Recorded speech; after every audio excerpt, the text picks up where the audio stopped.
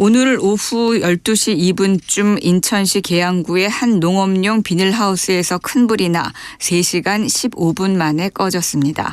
이 불로 해당 비닐하우스에서 살던 70대 부부가 숨진 채 발견됐고 비닐하우스 10개 동이 불에 탔습니다. 오늘은 차차 흐려져 밤부터 전남 해안과 제주도에 비가 내리겠습니다. 내일은 전국 대부분 지역에 비가 오겠고 오후 늦게부터 대부분 그치겠습니다. 제주도에서는 바람이 매우 강하게 불겠습니다. 내일 아침 기온은 서울 15도 등 전국이 12도에서 18도로 오늘보다 10도가량 높겠습니다. 내일 낮 최고 기온은 서울 17도 등 전국이 15도에서 23도로 오늘보다 2도에서 5도 정도 낮겠습니다. KBS 제1라디오 5시 뉴스 아나운서 태희경입니다. KBS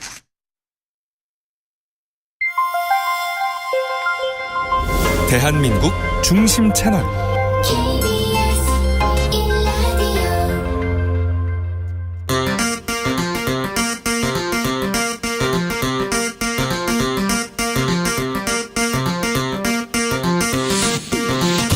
주진우 라이브.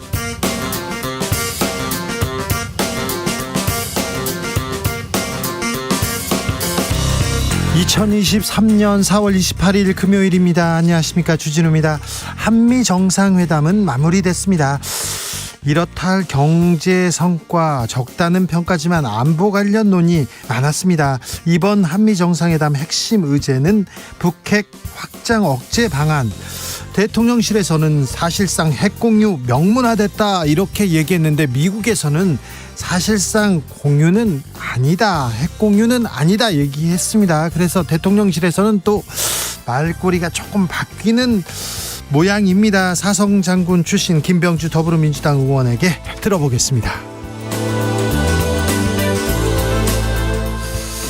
대통령실 순방 때마다 윤석열 대통령보다 김건희 여사가 더 강조되는 사진 계속 나온다, 이런 지적이 있는데요. 사실일까요? 대통령실 제공 사진에 담긴 의미, 청와대 전속 사진사였던 장철영 작가와 이야기 나눠봅니다. 강철 같은 한미동맹 국빈만찬에서 윤석열 대통령이 건배사로 외쳤습니다. 한미동맹 매우 중요한 일인데요. 중요한 과제인데 역사적으로는 어떤 의미였을까요? 애국 미남단에서 한미동맹에 대해서 공부해 보겠습니다. 나비처럼 날아 벌처럼 쏜다. 여기는 주진우 라이브입니다.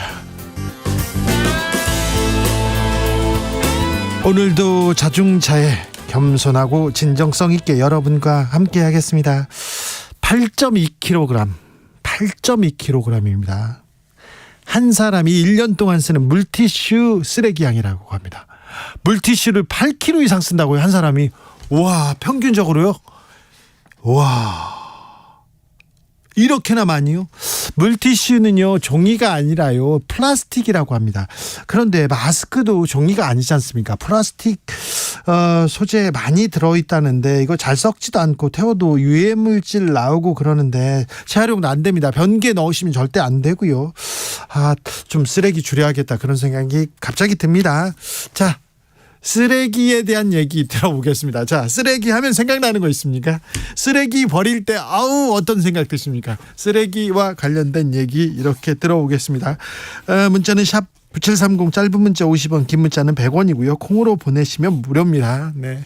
인간과 관련된 쓰레기, 그런 얘기는 조금 자제하시고 아름다운 지구를 위한 그런 얘기 좀 부탁드리겠습니다. 그럼 주진우 라이브 시작하겠습니다.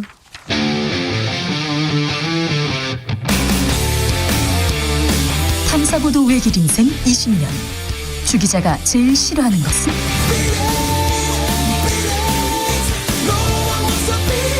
이 세상에서 비리와 부리가 사라지는 그날까지 오늘도 흔들림 없이 주진우 라이브와 함께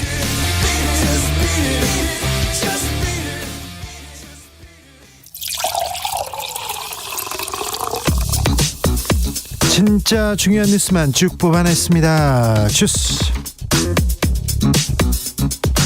정상근 기자, 어서 오세요. 안녕하십니까. 지난해 산업재해로 사망한 사람이 2,200명이 넘습니다. 네, 통계청 발표에 따르면 지난해 우리나라에서 사고나 질병 등 산업재해로 사망한 사람의 수가 2,223명이었습니다. 1년 전보다 오히려 143명 증가했는데요. 늘었어요. 네, 사망자 중 874명은 사고, 1,349명은 질병으로 세상을 떠났고 4명 중 1명은 5인 미만의 소규모 사업장에서 나왔습니다. 소규모 사업장이 더 안전에 취약하다 이렇게 통계에서 나왔는데요. 정부에서 이런 부분 조금 세심하게 살펴야 됩니다. 자살률 여전히 높습니다. 네, 자살률은 2020년 인구 10만 명당 24.1명으로 또 OECD에서 1위였습니다. 남자가 35.9명, 여자가 16.2명이었고요. 대체로 나이가 많을수록 자살률이 높았지만 최근 10대에서 20대의 자살률이 상승했습니다. 청소년 10대 자살률도 세계에서 가장 높은 수준을 유지하고 있습니다. 남자가 여성보다 훨씬 많군요. 네. 그리고요. 네, 위기 상황에서 도움을 받을 곳이 없는 사람의 비율을 나타내는 사회적 고립도는 2021년 34.1%가 나왔는데 이 3명 중 1명꼴로 고립감을 느끼는 셈입니다. 이 범죄 발생률은 전년 대비 12% 줄었지만 성폭력 범죄는 증가했고요. 아동학대 피해 신고도 10만 명당 502.2건으로 100건이 넘게 늘었습니다. 또 2020년 우리나라의 초미세먼지 농도가 25.9 마이크로그램으로 회원국 중에 가장 높았습니다. 지난 1분기 세금이 많이 덜 거친 모양입니다. 네, 올해 1월에서 3월 국세 수입이 87조 1천억 원이 나왔습니다. 지난해 같은 기간보다 24조 원이나 덜 거쳤습니다. 잠시만요. 지난해 같은 기간보다 24조 원 덜 거쳤다고요? 네, 국세 수입 예산 대비 진도율은 3월 21.7%로 지난해 3월 28.1%는 물론 최근 5년 평균 3월 진도율을 크게 밑돌았습니다. 부동산세 그다음에 법인세 깎아줘가지고 세금의 세수를 메울 수 있을까 이렇게 얘기했는데 이거 세수 부족하는 거 아닌가 이거 걱정입니다. 저희가 시간을 가지고 이 부분은 좀 짚어봐야 되겠습니다.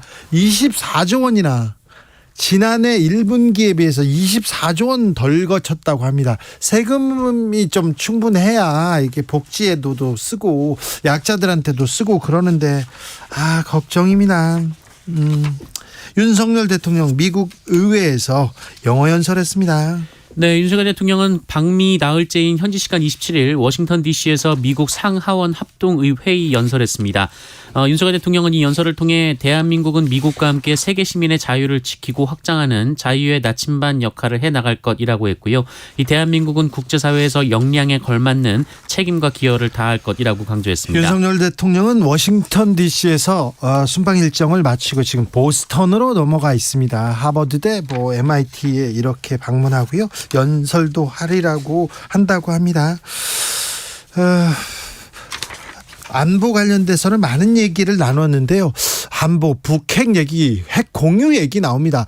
핵 공유는 뭐고 핵 우산은 뭐고 이게 뭐지 이렇게 궁금하신 분이 있는데 안보, 국방에 관한 그 대통령의 성과는 뭐고 한계는 무엇인지 2부에서 저희가 자세히 짚어드립니다.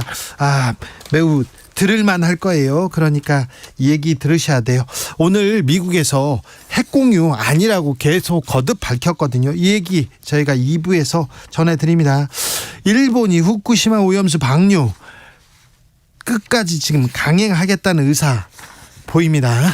네, 니시무라 야스토시 일본 경제산업상은 오늘 후쿠시마 제1원자력발전소 오염수 저장 탱크가 가득 차는 시점이 내년 2월 이후로 늦춰졌지만 오염수의 해양 방류는 예정대로 올해 봄이나 여름에 시작하겠다라고 밝혔습니다.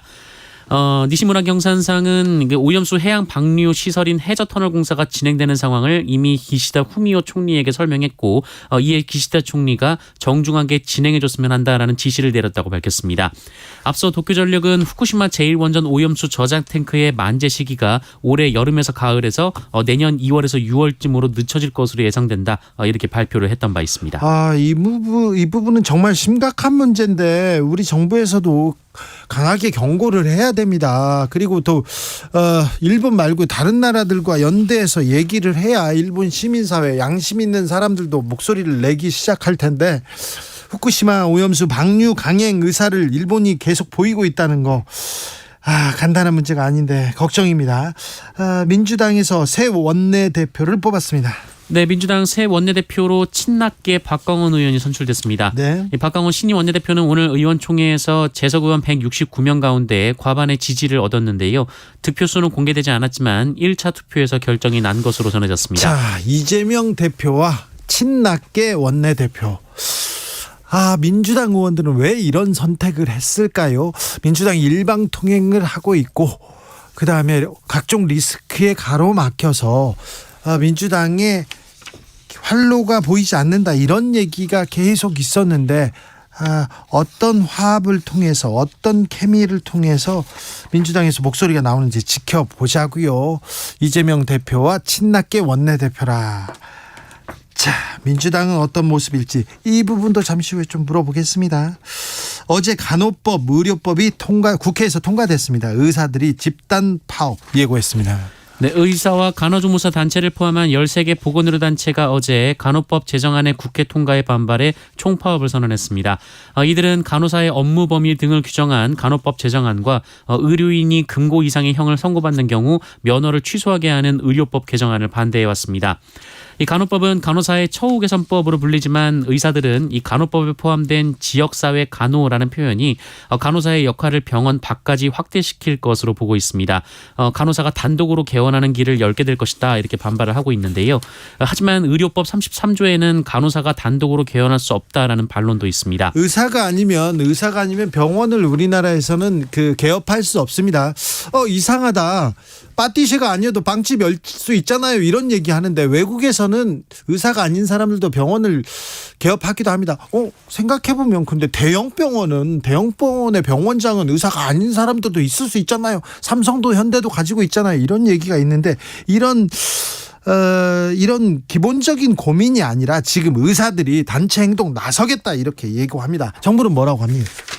네, 정부는 오늘 긴급상황 점검회의를 열고 보건의료 재난위기 관심 단계를 발령했습니다. 경보는 관심, 주의, 경계, 심각 등 4단계로 나뉘는데요. 네. 관심은 가장 낮은 단계로 파업 예고 단계에서 발령됩니다. 무거운 화물이 굴러떨어졌어요. 10살 아이가 참변을 당했습니다. 네, 부산의 한 초등학교 부근에서 1.5톤짜리 원통형 화물이 굴러와 시민들을 다쳤습니다. 이 사고로 10살 아동 1명이 숨지고 다른 아동 2명과 30대 여성이 다쳤습니다. 이걸 어찌 얘기할지 참 이게 좀 아니고 완전 안전사고 아닙니까? 네, 사고는 오늘 오전 8시 22분쯤 등교 시간에 발생을 했습니다. 안타깝습니다. 안전하게 지켜줬어야 되는데. 주스 정상근 기자 함께했습니다. 감사합니다. 고맙습니다. 쓰레기 잘 버리는 것도 중요합니다. 쓰레기 하면 무슨 생각하세요? 이렇게 물어봤더니요. 8187님 그래서 저는요 물티슈 여러 번 씁니다. 버리기 전에 마지막으로 창틀 닫고 버립니다. 얘기합니다. 황경희님 이제 물티슈 안 쓰려고요. 편하긴 한데 쓸 때마다 양심에 찔려요. 그러십니까? 네. 2095님 어떻게 하셨나요? 쓰레기 얘기하니까 반품도 안 되고 버리지도 못하는 네. 그런 사람도 생각납니다. 8430님 저희 오빠는 잘 씻지도 않고요. 청소도 안 해서 저 인간 언제 인간 되나 했는데 매일 샤워하느라고 물과 비누 쓰고 매일 청소하느라 물티슈 몇 장 쓰는 저보다 애국자인 것 같아요. 애국자인지는 잘 모르겠지만 지구의 환경에는 매우 도움이 됩니다. 그 오빠 뭐라고 할 게 안 되네요. 네. 그러니까 내 생각만 하면 안 됩니다. 주진우 라이브.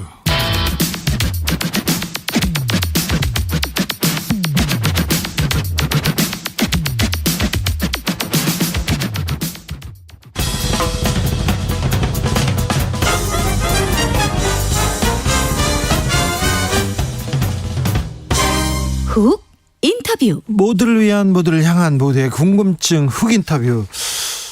바이든 모자에 야구 대표팀 점퍼를 입은 윤석열 대통령 기억하는 분도 있고요. 아메리칸 파이를 부르는 윤 대통령 그리고 배우 안젤리나 졸리와 건배하는 김건희 여사 이렇게 생각하는 사람도 있습니다. 이번 미국 국빈 방문에서 여러 장면 기억하는 분들이 있는데요. 이런 장면들 사진 하나하나에 세심한 의미가 담겨 있습니다. 대통령 전속 사진사로 활동했습니다. 장철영 씨와 분석해 보겠습니다. 작가님 안녕하세요. 네, 안녕하십니까. 작가님은 청와대 사진 작가였어요. 이명박 전 대통령 때부터 했죠? 아니요, 노무현 대통령 때부터 근무를 시작을 했고요. 아, 그래요? 2003년부터 해가지고 2009년까지 하다가 또 예. 2017년부터 2019년까지 네. 거의 한 8년 가까이 청와대 근무했습니다. 그러면 누구 이렇게 찍으신 거예요? 노무현 대통령하고 이명박 정부는 1년 동안 인수인기 때문에 1년 근무를 했습니다. 그렇습니까? 그러니까 문재인 대통령 때는 제가 행정관으로서 네. 전속팀장하면서 행사 기획 같이 했고요. 네. 그런데요. 네. 그 요즘 윤석열 대통령보다 김건희 여사가 가운데에서 더 강조되고 부각된다. 그런 사진이 많다. 이런 얘기가 나오는데 사실입니까? 사실 보면 이 그 방명록 보면 네. 그 이번에 그 백악관에서 사인했는 방명록이 있죠. 예. 대한민국 대통령 윤석열, 예. 대한민국 대통령 배우자 김건희 이렇게 썼더라고요. 예, 그거 하나만 봐도 네. 이 사람의 성격이 다 드러나거든요. 본인이 돋보이고 싶어하는 행동이거든요. 이게요. 예. 저기 방명록에 그 배우자가 이렇게 서명하는 그런 건 없습니까?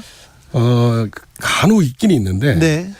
배우자라는 이름 안 적습니다. 아예 그냥 밑에다가 윤석열 대통령 이름 쓰면 그 밑에다가 예. 여사님 이름만 적지. 예. 그러니까 이 밑에다가 또 대한민국 대통령 배우자라고 적는 경우는 제가 처음 봤습니다. 아, 그렇습니까? 예. 자, 대통령실에서 김건희 여사를 VIP2 이렇게 부르고 있다 이런 의혹도 말씀하셨는데 네네. 대통령실에서 그러면 김건희 여사를 그렇게 부릅니까? 처음부터 그 2부속실이 없어지면서 네. VIP2라고 이야기를 하고 있고요. 예. 지금도 V2라고 그냥 줄여서 이야기하는 걸로 알고 있습니다. 아, 그래요? 이 상당히 심각한 부분이기 때문에 네. 결국은 이 부분이 문제가 생기니까 지금 이 모든 문제가 거기서부터 시작이 됐다고 생각이 됩니다. 결국은 여사님이 해야 될 영분이 2부속실이 해야 될 일이 있는데 네. V2라는 부분이 생기다 보니까 당연히 이게 도대체 어디로 이 보고를 해야 될지 보고를 하다 보니까 네. V1이 있고 V2가 있는 거죠. 아니 근데 대통령실에서 대통령 여사 부속실은 없앴지만 대통령의 어떤 비서관이나 어떤 부처에서 그 어떤 부서에서 이 여사님 관리를 하지 않을까요? 그게 말은 전담이라고 하지만 네. 다 같이 하는 걸로 알고 있습니다. 같이 한다고요? 예, 그러니까 부속실에서 전담을 한다고 하지만 네. 사실 부속실 자체에서 이 부속실을 따로 떼야 됩니다. 떼고 같이 운영을 해야 되는데 지금 청와대 대통령실 홈페이지만 봐도 사진실이 대통령하고 여사님하고 사진이 같이 혼용되어 있지 않습니까? 혼용돼 있죠. 자, 사진으로 조금 짚어보겠습니다. 자, 방명록에서도 이게 대통령 배우자 김건희 이렇게 좀 이례적이다 이렇게 얘기했습니다. 저는요. 네. 장갑이 이번에는 눈이 가더라고요. 김건희 여사의 장갑. 네.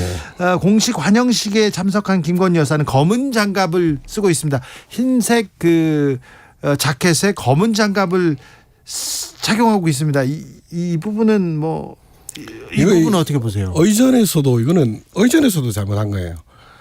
그러니까 이부속실에 있었으면 이 장갑 착용을 안 시켰을 겁니다. 아니, 절대.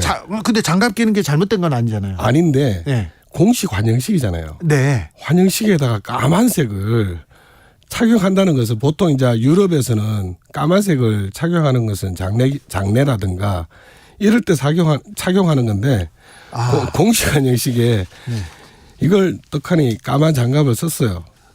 그다음에 이게 조선일보 일면에 크게 또 쓰셨더라고요. 네. 그냥 보면서 한참 웃었습니다. 이 내용을 보고. 환영식에서 다른 분들은 장갑을 안 썼는데 네. 여사님만 이렇게 검은 장갑을 낀 거 이것도 조금 이례적이다.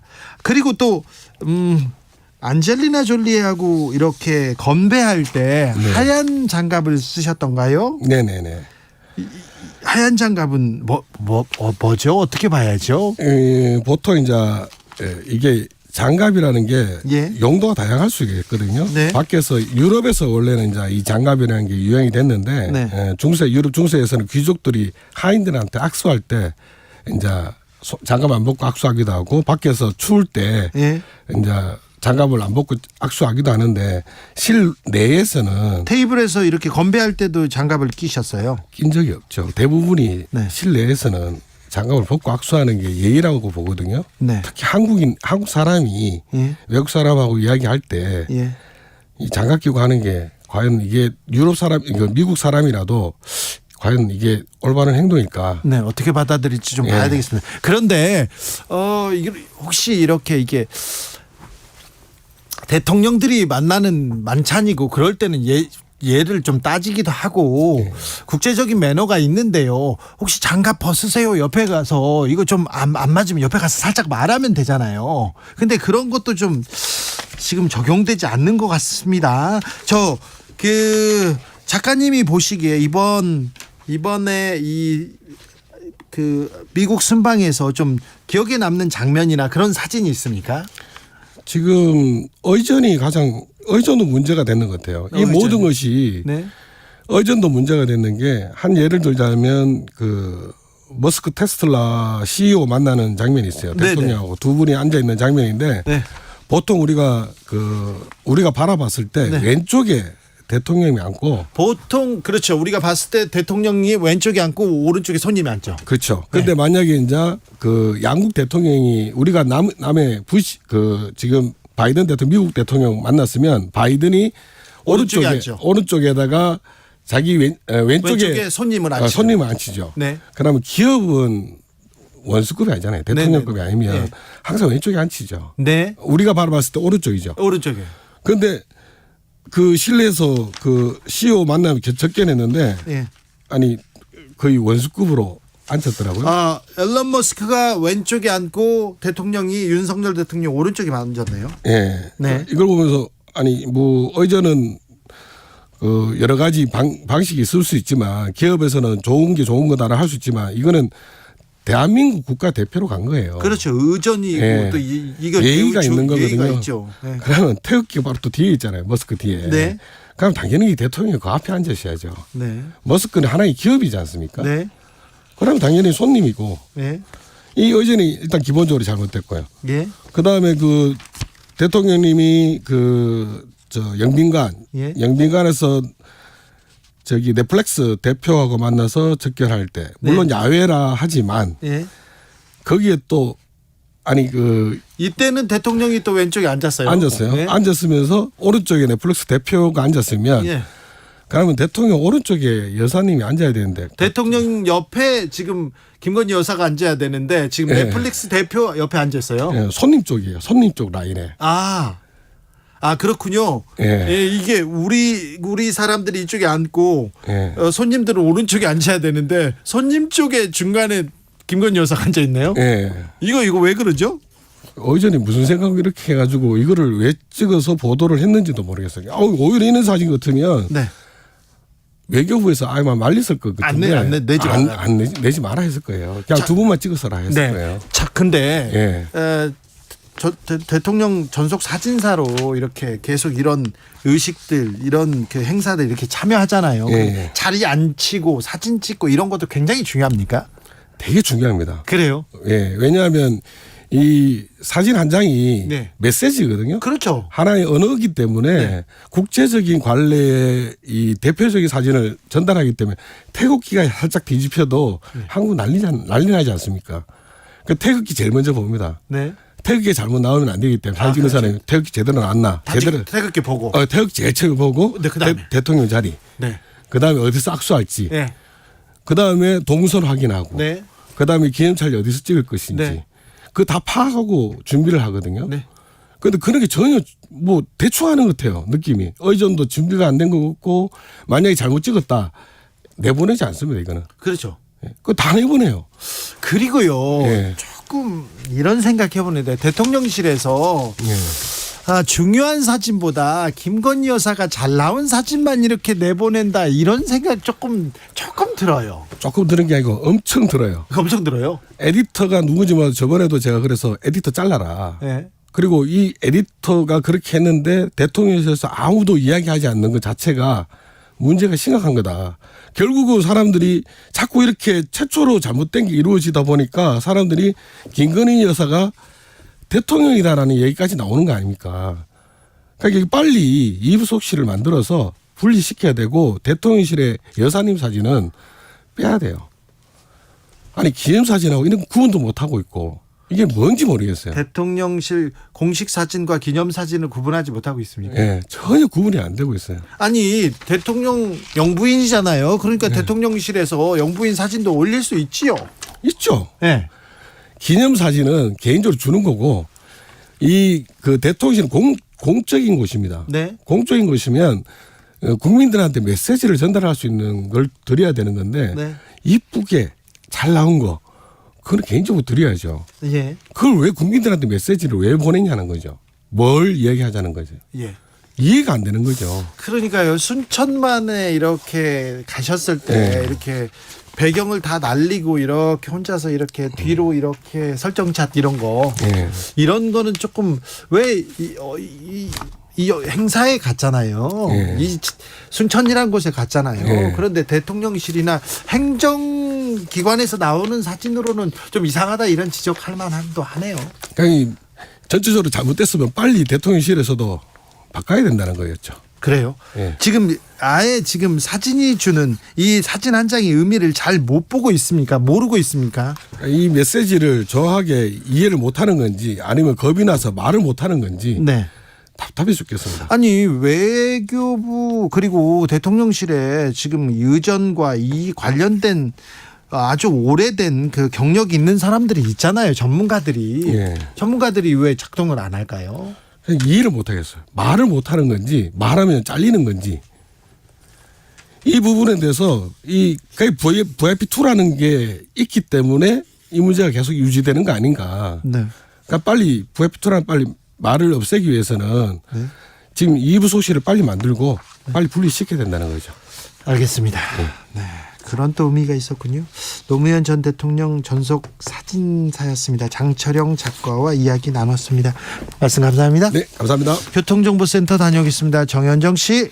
네, 금요일 오후 교통량이 평소보다 많았는데요. 퇴근 정체도 보다 일찍 시작됐습니다. 곳곳으로 사고도 있어서 감속 운전 필요하겠습니다. 먼저 경부고속도로 서울 쪽인데요. 외관 부근에서는 고장난 승용차 서 있고요. 비룡분기점에서도 역시 고장난 승용차가 서 있습니다. 안성분기점에서 동탄분기점까지는 약 20km가량 막히고 있습니다. 경부 동탄터널에서 죽전휴게소까지 14km 구간 정체고요. 반대 부산 쪽입니다. 한남에서 양재까지와 죽전에서 수원까지 밀리고 있고요. 입장 부근에서 북천안까지 정체입니다. 서해안고속도로 역시 서울로 들어오는 퇴근 차량들 많습니다. 서평택 분기점에서 화성휴게소까지는 11km가량 막히고요. 반대 목포 쪽으로 안산분기점에서 순산터널까지 밀리고 있습니다. 매송 부근에서는 고장난 화물차 서 있습니다. 주의가 필요하겠고요. 서울 시내는 강변북로 구리 쪽입니다. 원효대교에서 한강대교 사이 2차로에서는 추돌 사고 있습니다. 처리 중이라서요. 미리 다른 차로로 변경해서 운행하시고요. 올림픽대로 공항 쪽으로는 한남대교에서 반포대교까지 밀립니다. 퇴근길에 안전 운행하시기 바랍니다. KBS 교통정보센터에서 정현정입니다.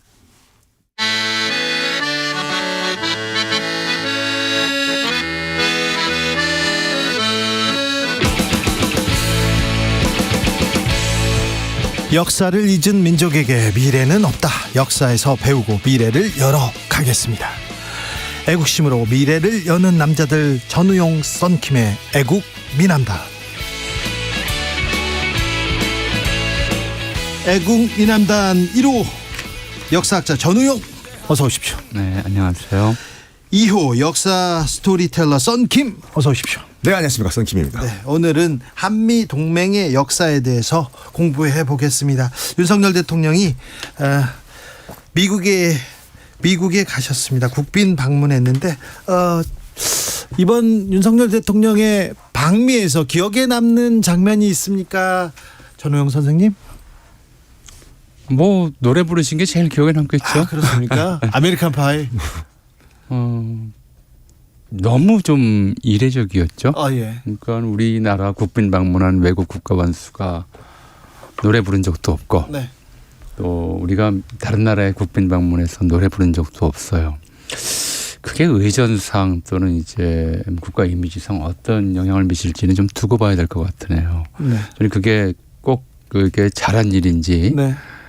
굉장히 좀 그 어떻게 보면 쇼킹하고 어떻게 보면 굉장히 좀 그 센세이셔널한 그런 현상이긴 한데 그게 이제 정말 그 한국 외교사에서 어떤 기록으로 남을지 좀 네. 봐야 될 것 같습니다. 조 바이든 대통령이 아들들과 함께 불렀던 노래다. 그래서 준비했다면 굉장히 오랫동안 준비하고 배려를 한 건데요.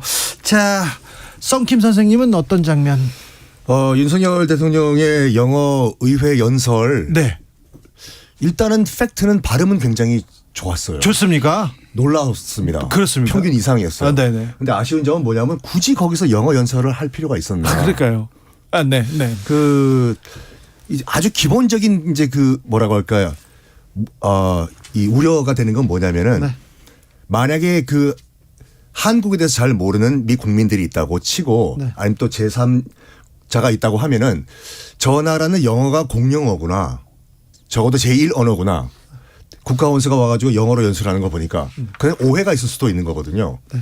그리고 또 아무리 영어를 잘한다고 하더라도 굳이 공식 석상에서 영어를 하는 것은 우리의 약간 자존심이 상하는 일이 아닌가. 이 프랑스 같은 경우는 아시다시피 프랑스 길거리에서 누군가 영어로 뭘 물어보면 절대로 대답 안 해줘요. 네. 요즘은 해줘요. 요즘은 뭘 살 것 같으면 해줍니다. 살 것 같으면. 보통 때는 몰라 이렇게 하고. 그러니까. 네. 조금이라도 프랑스어를 시도를 하면 그때 도와주죠. 그렇죠. 그러니까요.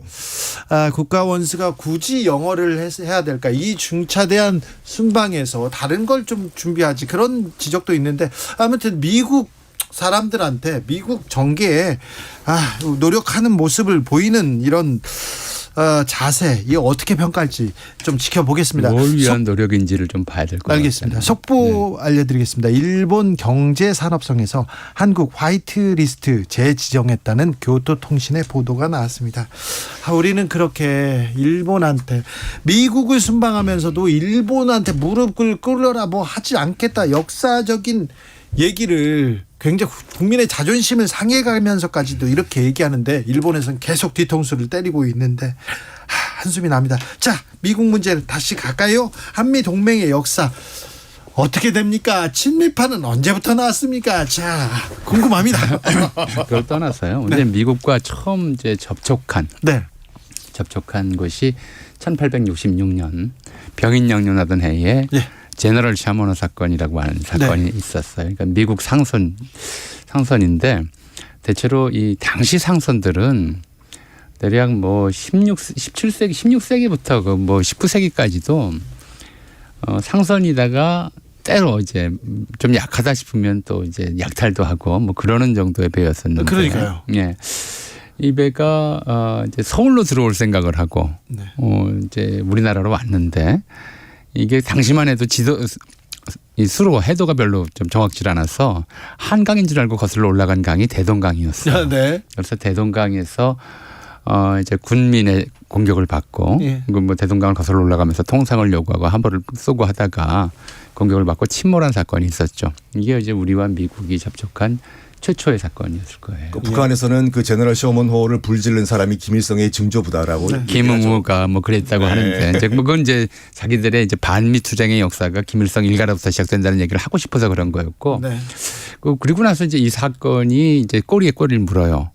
제너럴 셔먼호가 사라졌으니까 미국에서 찾으러 오잖아요. 그렇죠. 그래서 그 찾으러 오는데 찾으러 온 이제 배가 그 강화도에 와서. 이제 그 행방을 알려달라. 행방을 알려달라. 그리고 이제 송신문을 보내고 갔다가 또 오죠. 또 와서 이번에도 이제 조선 정부가 그 응답을 안 하니까 또 강화도를 점령하는. 아니 근데 와서 영어로 했을 거 아니에요? 그렇죠. 근데 그 중국인들이 있고 또 이제 영어가 되는 천주교 신자들도 있었고. 그러니까 그렇군요. 이제 뭐 그 굉장히 좀 흥미로운 것이 1871년에 이제 신미양요라고 하는 사건이 일어났는데. 이때 이제 한국의 문정관이라고 해서 도대체 왜 왔는지 궁금하니까 간 거죠. 가서 배에 올라갔다가 말은 잘 안 통했는데 어쨌든 통상을 요구한다는 사실은 알고 맥주를 한아름 안고 이제 선물로 받고 내려왔어요. 이게 우리나라에 상륙한 첫 번째 맥주였고 그리고 이제 국내에서 한국인을 찍으니까 그 전에 중국에 가서 사진 카메라 앞에 섰던 한국인들은 몇 있어요.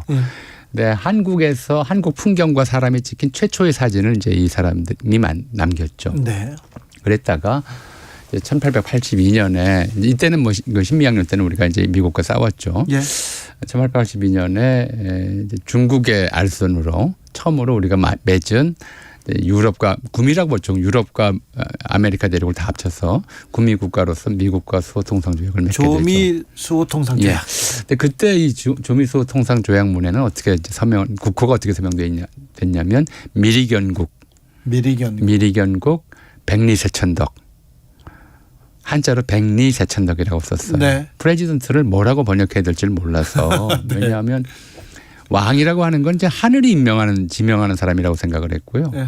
그러니까 천명을 받아서 백성을 다스리는 것이 정치인데 왕이 이건 뭐 백성들이 뽑은 무슨 추장 같은 사람이 그 국가 원수라고 하니까 이걸 호칭할 게 없는 거예요. 한자 문화에서는 적당한 호칭이 없어서 백리세천덕이라고 썼다가 나중에 일본인들이 번역한 대통령이란 말을 이제 받아서 쓰게 된 거죠. 네. 중국은 아직도 대통령이란 말 안 써요. 총통 쓰죠. 예.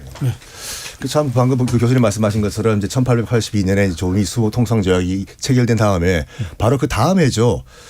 일단 조미 수호 통상 조약을 맺을 때만 하더라도 그 마건충이라는 중국 청나라 통역관이 이중 통역을 해준 거예요. 네. 도저히 그때 그러니까 서로의 그 말이 안 통하니까 예. 몇 년 후에 서로의 말 문제 없이 통할 때 다시 협상을 하자. 예. 그래서 도대체 미국이라는 나라가 어떤 나라냐. 그래서 네. 1883년에 예. 이제 보빙사라고 해서 한번 미국 가서 보고 와라. 예. 그래서 민영익 등등등이 이제 배 타고 이제 샌프란시스코 거쳐가지고 기차를 타고 쭉쭉쭉 건너서 이제 뉴욕까지 들어가는데 그때만 하더라도 이미 뉴욕은 마천루가 형성되는 그렇죠. 그러니까요. 네. 야, 이게 무엇인가. 네. 그리고 또 몇 년 전에는 이 에디슨이 전기를 또 전구를 발명했어. 그렇죠. 가동을 본 거예요. 이것이 무엇인가. 네. 이걸 그대로 이제 고종한테 얘기를 하니까 네. 안 되겠다. 뭐 상상이 안 되죠. 우리 그러면 미국에 올인하자. 네. 그럼 어떻게 되냐. 영어 배우자. 네. 영어 열풍이 그때부터 일어난 거죠. 그때 일어났어요 이미? 조금 좀 부연하자면 네. 그 전에 이제 중국의 그 그러니까 주일 청국공사관 참찬관이었던 황준헌이라는 사람이 예. 김홍집한테 그 조선 책략이라고 조선의 그 영토를 보존하고 독립을 지킬 수 있는 방법이 뭐냐를 제안하는데 그때 세 가지를 얘기해요. 그 친중국, 예. 결일본, 예. 연미국. 예.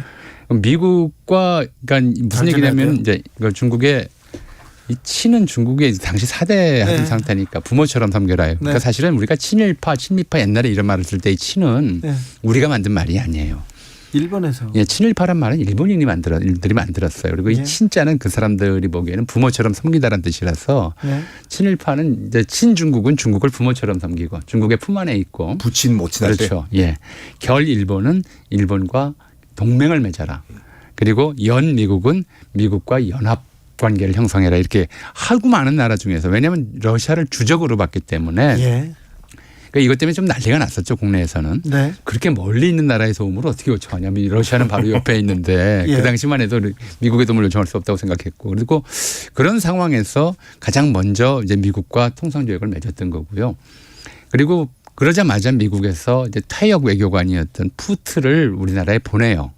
이제 최초의 주한 미국 공사가 되는 거죠. 네. 그러니까 푸트가 왔으니까 아까 보빙사 말씀하셨는데 네. 보빙사는 그렇게 외교관을 보내줬는데 우리는 상주 외교관을 보낼 형편은 못 되니까 감사 인사를 인사나 드리겠다. 드려가자. 그렇게 해서 이제 떠나게 된 게 보빙사였죠. 근데 그 참 일단 그 민영익 등등등이 예. 아까 대통령 그러니까 이 백성들이 뽑은 왕도 아니고 추장도 아니고 뭔가 네. 그러니까 뉴욕에서 호텔에서 만나기로 돼 있었어요. 네. 근데 이제 그 미국식 인사법을 다 이제 숙지를 한 상태고. 네. 근데 생각보다 미국 그때 아들 대통령이 너무 일찍 온 거예요. 네. 순간적으로 바짝 엎드려가지고 저랬어요? 저라는 그 사파가 지금도 남아 있죠. 아 그래요? 그리고 또 이제 그 영어에 대해서 말씀을 드리면은 이하영이라는 그 인물이 있는데 네. 그 을사늑약 때 이제 그 외무 대신을 지냈던 부산 초량에서 찹쌀떡을 팔던 소년이었는데 네. 나중에 이제 고종의 주치의가 되는 알렌의 조수로 들어갑니다. 네. 그래서 조금씩 이제 영어를 배우기 시작을 해요. 네. 근데 이제 고종의 통역을 하기 위해 가지고는 당연히 이제 이 이하영이 필요한데 일단은 누군지 모르겠고 그러니까 네. 최소한의 이제 직책을 주면서 이제 그 궁 안에 드립니다. 그러면서 이제 사다리처럼 쑥쑥쑥쑥 승진하는데 그게 소문이 다 나는 거예요. 네. 그래서 당시에는 영어를 배워야지 우리가 이 출세할 수 있다라는 분위기가 이렇게 형성이 된 거죠. 그것도 있고 그 푸트가 미국 공사로 와서 이제 그 모병사들의 보고를 받고 나서는 이제 미국의 올인이라기보다는 미국이 그렇게 그 신기한 것들이 많네. 그래서 받아들여야 되겠다. 네. 최초로 수입한 것이 전등이었어요. 그러니까 미국에서 가져왔군요. 에디슨이 백열등을 개발한 그 다음 해인가 굉장히 네. 빨리 가져왔어요. 그러네요. 예, 그래서 이 그 에디슨은 이제 에디슨 당시 전기 주식회사인데 생판 모르는 나라가 새로 외교 관계를 이제 맺었는데 전등을 달라고 그러니까 이게 수입이 장사가 될지 모르겠다 해서 좀 싸게 보내줬는데 이제 문제는 이게 말썽을 부려서 발전기를 이제 경복궁 향원정 옆에다 발전기를 설치하고 건천궁 일대 전등을 달았는데 발전기가 자주 고장 났어요. 네. 재가동 시킬 때 굉음이 나고 하는 데다가 그래서 향원정 물고기가 다 죽었고요. 전등은 또 수시로 꺼져서 예. 이 전등의 초기 별명은 건달불이었어요. 건달불. 건달처럼 지멋대로 꺼졌다 켜졌다 한다고. 네. 그러고 나서 이제 같이 그 초빙을 요청했던 것이 무관학교를 지도하는 이제 무관 네. 교사, 네. 무관학교 교사하고 또 영어와 신문물을 가르칠 교사들이었어요. 그래서 만들어진 것이 아까 말씀하셨듯이 유경공원, 그다음에 무관학교. 네. 그러니까 초기 1880년대에 많은 그 신문물 도입이 일단 이 정부 차원에서도 미국을 이제 주로 미국과 연결하려고 했고요. 또 하나는 선교사들. 당시 1860년대 60년대 중반부터 미국에서 제3차 대각성 운동이라고 해서 기독교인들의 해외 선교붐이 일어요. 네. 그 선교붐이 있는 와중에 새로 미국과 수교한 이 조선이라는 나라에 아직도 개신교가 없다라는 걸 알려져서 4년이죠. 4년 겨울에 아까 말씀하신 알렌을 필두로 해서 그 이듬해 스크랜턴, 언더우드, 헤론, 그다음에 그 유명한 아펜젤러 이런 사람들이 다 이제 몰려 들어와서 그 선교를 하면서 병원도 세우고 학교도 세우고 그래서 이런 과정들이 첫 번째로는 이제 미국에 대한 친밀감을 형성하는데 한 도움이 됐고 무엇보다도 조미수 통상조약 제1조가 양국은 그때 이미 이제 준동맹적 약속을 했어요. 네. 어느 한 나라가 남의 나라로부터 수모를 당하거나 침략을 당하게 되면 힘을 다해 덮는다라고 하는 한미 상호 방위 조약 같은 그렇죠. 거죠. 예. 그런 조항을 집어넣음으로써 우리가 어려운 일을 할 때 도와주겠다고 조약문에 일본은 그런 거 안 썼거든요. 네. 조약문에 써준 나라 그래서 미국에 의존하는 마음들이 굉장히 컸죠. 근데 그때 이제 미국의 신문물이 들어오고 우리가 개화를 하는 그런 상황이었는데 그때 정신을 바짝 차리고 미국하고도 잘 지내고 중국하고 러시아하고도 잘 지내고 그랬으면 일본 침략은 또 막았을 텐데. 아니 근데 방금 우리 교수님께서 말씀하신 것처럼 우리 기자님도 말씀하신 것처럼 처음엔 분위기는 좋았어요. 네. 그 들어왔던 그 선교사 가운데서 호모 헐버트라는 사람이 계시는데 네. 정말 우리나라를 양심적으로 도와주려고 했었습니다. 예. 그리고 방금 교수님께서 말씀하신 것처럼 이제 1905년도에 이제 을사늑약으로 우리가 외교권을 뺏기잖아요. 예. 그리고 이제 조미 수호 통상조약에 이제 약간 한미 상호 방위적이 있잖아요. 예, 있어요. 그래서 호모 헐버트가 예. 미국으로 건너갑니다. 네. 건너가서 당시에 이제 시어도 루즈벨트 대통령한테 이거 보라고 지금 일본이 지금 대한제국을 지금 강탈하려고 하고 있는데 그 지금 조미수호 통상조약에 따라 가지고 대한제국을 도와주라. 네. 근데 그 이전에 이미 가스라 테프트 밀약으로 인해 가지고 서로 땅 따먹기가 다 끝난 상태였어요. 예. 미국이 자기 있는 나라 미합중국이 이렇게 강도와 같은 짓을 했다는 거에 호모 헐버트가 격분을 합니다. 예. 그러면서 그 1907년도 이제 헤이그 우리 이른바 밀사 예. 제4의 밀사로 이제 이준희 열사와 다른 루트로 이제 헤이그로 가거든요. 갔죠. 예. 이것이 들통나가지고 결국에는 대한제국에서 쫓겨나는데 나중에 다시 돌아오세요. 1949년도에. 그러니까 나중에 기회가 되시면은 합정역이지 않습니까? 네. 자주 가시죠. 자주는 안 갑니다. 근데 뭐 가슴 아픈 일이 있어서 별로 안 갑니다. 예. 네. 합정역 5번 출구는 유재석이고 합정역 7번 출구 나오셔가지고 네. 2분만 가시면 양화진 외국인 선교 묘역이라고 있어요. 아, 있죠. 있어. 예. 거기 보면 정말 벽 안에 푸른 눈의 독립투사들, 네. 우리나라를 위해서 정말 싸우다가 목숨을 바치고 예. 또 희생하신 분들이 거기 연민하고 계시거든요. 네. 한번 꼭 방문하시기 바랍니다. 알겠습니다. 우리 지금 헐버트 얘기하다가 지금 시간 다 썼는데 자, 한미 동맹. 자, 그리고 한국과 미국과의 관계에 대해서 조금 짚고 넘어가야 될 것 같습니다.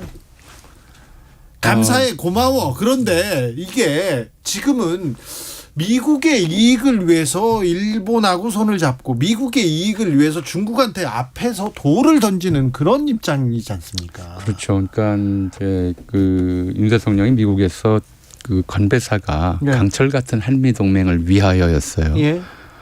근데 저는 좀 위하여가 워낙 이제 습관적인 건배사 뒤에 붙는 말이니까 그럴 수 있다 치더라도 동맹 자체가 목적일 수는 없거든요. 예. 동맹은 국익을 지키고 국권을 수호하기 위해서 맺는 것이지. 그렇죠. 우리의 이익을 위해서 동맹을 동맹 자체를 목적으로 위하여라고 얘기하는 것 자체가 대단히 좀 앞뒤가 안 맞는 얘기죠. 그러니까 이렇게 돼버리면 이제 이 동맹이라고 하는 것에 워낙 강압되어서 우리의 국익을 잃어버릴 수가 있어요. 국익이 어떻게 하는 것이 국익이냐를 잃어버릴 수가 있어요. 예. 이게 대표적인 게 그런 거였거든요.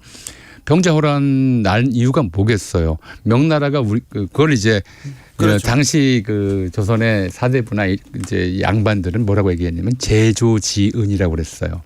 임진왜란으로 나라가 다 망하게 생겼는데 명나라가 군대를 보내줘서 나라를 다시 살려줬다. 네. 다시 살려준 은혜인데 그 은혜를 배신하면 안 된다. 그래서 동맹 자체가 목적이 돼버린 거죠. 네. 그러니까 실제로 여진족 금나라 후금과 명나라 사이에 싸움이 벌어지는데 거기서 광해군은 이제 어떻게든 좀 눈치껏 좀 행동하려고 했는데 이 사람들은 그러면 안 된다. 그건 동맹 자체에 우리가 좀 명나라를 사대하는 그 의리에 어긋난다고 해서 대놓고 이제 여진족한테 적대시하다가 그런 일을 당했고 명나라는 결국 이제 도움이 안 됐죠. 우리가 다른 나라에서 겪은 얘기가 아니라 우리가 과거에 몇백 년 전에 겪었던 일이거든요. 그래서 동맹 자체를 목적으로 삼아서는 안 돼. 동맹은 우리 국익을 지키는 여러 방법 중에 하나다라고 하는 것을 좀 우리가 모두 깨닫고 있어야 하는데 그걸 중심에 하다 보니까는 이제 동맹의 적은 우리의 적 이렇게 돼버리는 것이고 동맹과 사이가 나빠도 우리가 맨 앞에 나서서 싸워준다 이렇게 돼버리는 거거든요. 그러니까 이건 정말 우리처럼 좀 위태로운 위치에 있는 나라에서는 정말 좀 위험한 선택일 수 있다는 생각이 듭니다. 동맹은 영원하지 않습니다. 그렇죠. 이렇게 같이 다원화된 그런 국제사회에서 이 정말 이의제의할 수 있는 그런 정신이 필요해야 되는데 너무 극단적으로 양극화로 빠지는 것 같아요. 미국의 이익이 우리의 이익과 일치하지는 않아요. 그렇죠. 이번에 예컨대 반도체, 배터리 뭐 이런 좀 경제적인 문제를 놓고 보더라도 미국은 중국을 이제 중국의 이런 분야들 특히 이제 IT 분야라든가 통신, 군사 기술 이런 쪽의 발전을 막기 위해서 중국 쪽의 기술을 수출도 하지 말고 기술도 팔지 말고 그러라는 거잖아요. 그러니까 지금 국빈 방문하기 하루 전에 그러니까 지금 중국 정부가 이제 마이크론 미국 반도체 회사죠. 이제 미국 내에서 판매 금지를 하겠다. 그리고 공백을 한국의 삼성이랑 하이닉스가 SK가 메꾸지 마라라고 말하고 그때 바로 또 바이든이 재선 출마 선언을 해버렸어요. 예. 그러니까 오죽하면 미국 기자가 당신 재선 당선되기 위해서 핵심 동맹에 불러면 벗겨먹는 거 아니냐. 그렇죠. 이런 질문까지 했겠어요. 그러니까요. 너무 데려다가 조금 좀 이용해 먹는 것 같아서 자존심은 좀 상하더라고요. 그러니까 이렇게 한국에서 많은 투자를 유치했고 우리 기업들을 위해서 한국 기업들의 활로를 우리가 막아놨고 그랬으니까 나 표 좀 더 주시오라고 지금 미국 국민들한테 얘기하는 거고 거기에 좀 심하게 얘기하면 들러리가 되면서 영어 연설을 하고 아메리칸 파이라는 노래를 영어로 불러주시고 이렇게 하면 도대체 우리나라의 정체성과 국익은 어디에 있는 것인지 한국 국민들이 좀 많이 서운하고 그렇죠. 미국은 건국한 이래 1776년 건국한 이래 단 한 번도 자기 나라 국익을 해쳐가면서 동맹을 유지한 적은 단 한 번도 없습니다. 전 세계 평화를 위해서 전 세계 이웃들을 위해서 이렇게 또 베풀고 뭐 또 지원하고 꼭 그렇지만은 않았어요. 근데 원래 로마가 우리가 대제국 또는 뭐 중국 대제국 그러지만 제국이라고 하는 것의 특징이 사실은 전 미국으로서도 안 좋은 거라고 생각해요. 그러니까 한편으로는 이제 다른 나라의 것들을 빼앗는 부분이 있지만 또 한편으로는 전 세계의 이른바 인재들을 데려다가 교육시키고 다시 돌려보내거나 전 세계에 표준을 제시함으로써 세계 문명의 발전에 기여해 왔거든요. 그런데 이것처럼 일방적으로 미국 국익 우선주의 이런 것들에 빠져버리는 것은 그만큼 미국의 제국으로서의 지위가 흔들린다는 것에 대한 초조금의 발로라고 저는 생각을 하거든요. 트럼프 네. 때부터 나타났던 현상인데 네. 이것도 마찬가지로 미국 기자가 그렇게 질문을 할 정도로 만약에 미국이 정말 세계 패권을 유지하고 세계의 리더 국가로서의 지위를 유지하고 싶다면 다른 동맹국들한테도 좀 나눠주는 게 있어야 돼요. 받는 게 있는 만큼. 근데 너무 요즘에 최근 들어와서는 일방적으로 이제 뺏겨 먹기만 하려고 하는 그런 좀 모습이 보이는 거죠. 바이든이 약간 급한 모습이 보이고 있어요. 왜냐하면 미국의 200년 역사 가운데서 재선에 성공 못한 대통령이 딱 6명입니다. 자기가 7번째가 되기 싫은 거죠 지금요. 네.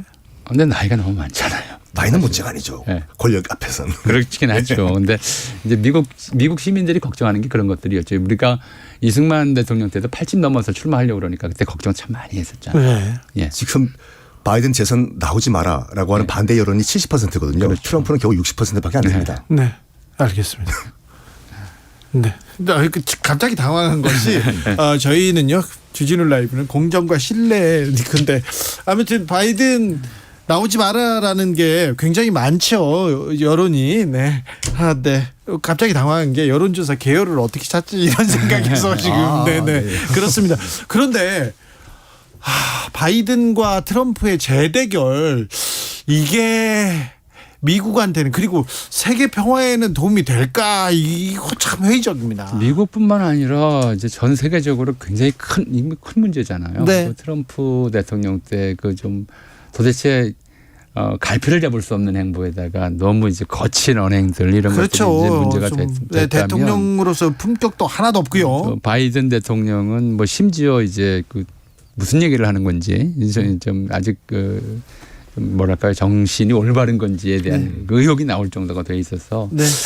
이게 지금 전 세계인의 운명과 관련된 문제인데 네. 좀 대단히 불안하게 지켜볼 수밖에 없다는 생각이 들고요. 예.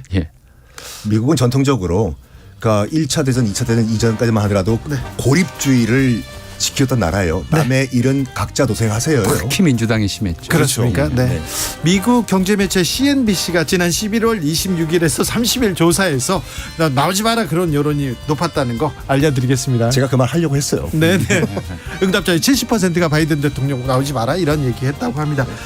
애국미남단 전호영 교수, 썬킴 선생님과 함께했습니다. 오늘도 잘 배웠습니다. 감사합니다. 네.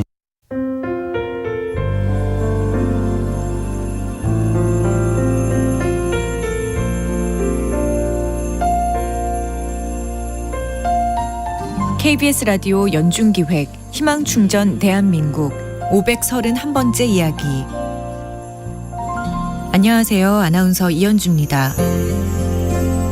9살 진우는 두 형과 할머니, 치매를 앓고 있는 할아버지와 함께 살고 있습니다. 진우가 2살 무렵 엄마는 암으로 세상을 떠났고 삼형제는 그렇게 할아버지와 할머니 품에서 자랐습니다. 그런데 얼마 전 진우네 가족에게 큰 시련이 닥쳤는데요. 할아버지께서 잔디를 태우던 중 작은 불씨가 집으로 번졌고 불길은 온 집을 삼켰습니다. 결국 새까맣게 뼈대만 남은 집. 삼형제는 잿더미 속을 뒤져 엄마의 유품과 사진첩을 겨우 찾아냈습니다. 화재 이후 진우네 가족은 임시거처에서 생활하고 있습니다. 교복은 물론 생필품 모두가 불타버렸기에 기본적인 생활도 막막한 상황. 진은의 가족이 보다 안정된 환경에서 생활할 수 있도록 여러분의 관심과 사랑을 보내주세요.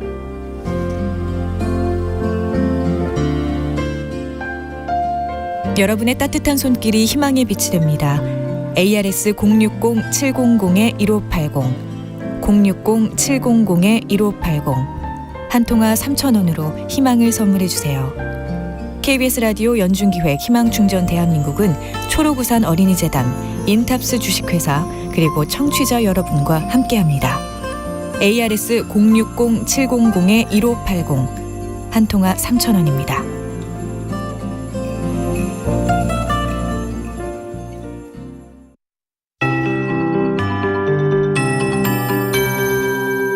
KBS 58분 날씨. 따뜻했던 오늘 어제와 달리 내일은 다시 선선하겠습니다. 전국에 비가 내리며 낮 기온이 크게 오르지 못하는 건데요. 하늘이 흐려지는 가운데 오늘 밤 남해안과 제주도에 비가 시작되고요. 중부지방에 빗방울이 떨어지다가 내일은 전국으로 비가 확대하겠습니다. 늦은 오후에 대부분 그치지만 경기 북부와 강원 내륙 산지, 경상권과 제주도는 밤까지 이어지는 곳이 있겠습니다. 양은 제주 산지에 60mm 이상, 제주도와 경남 해안에 10에서 40mm가 집중되겠고 그 밖의 지역은 5에서 20mm가 오겠습니다. 주말 동안 강한 바람에도 주의가 필요한데요. 특히 오늘 강원 영동에, 내일과 모레는 경상권 해안과 제주도에도 매우 세찬 바람이 몰아치겠습니다. 순간 풍속이 초속 20m, 산지는 25m 이상 태풍급으로 강해지고요. 대부분 해상의 물결도 최대 4m로 매우 높게 일겠습니다. 내일 아침 기온은 전국이 13도에서 18도의 분포로 오늘보다 높겠지만 낮 기온은 서울이 오늘보다 4도 낮은 17도, 대전, 광주, 부산도 18도 안팎에 머물겠습니다. 비가 그친 뒤 내일 밤에는 서쪽 지역을 중심으로 국외 미세먼지가 유입될 것으로 보입니다. 지금 서울의 기온은 17.8도, 습도는 55%입니다. KBS 58분 날씨 박다효입니다.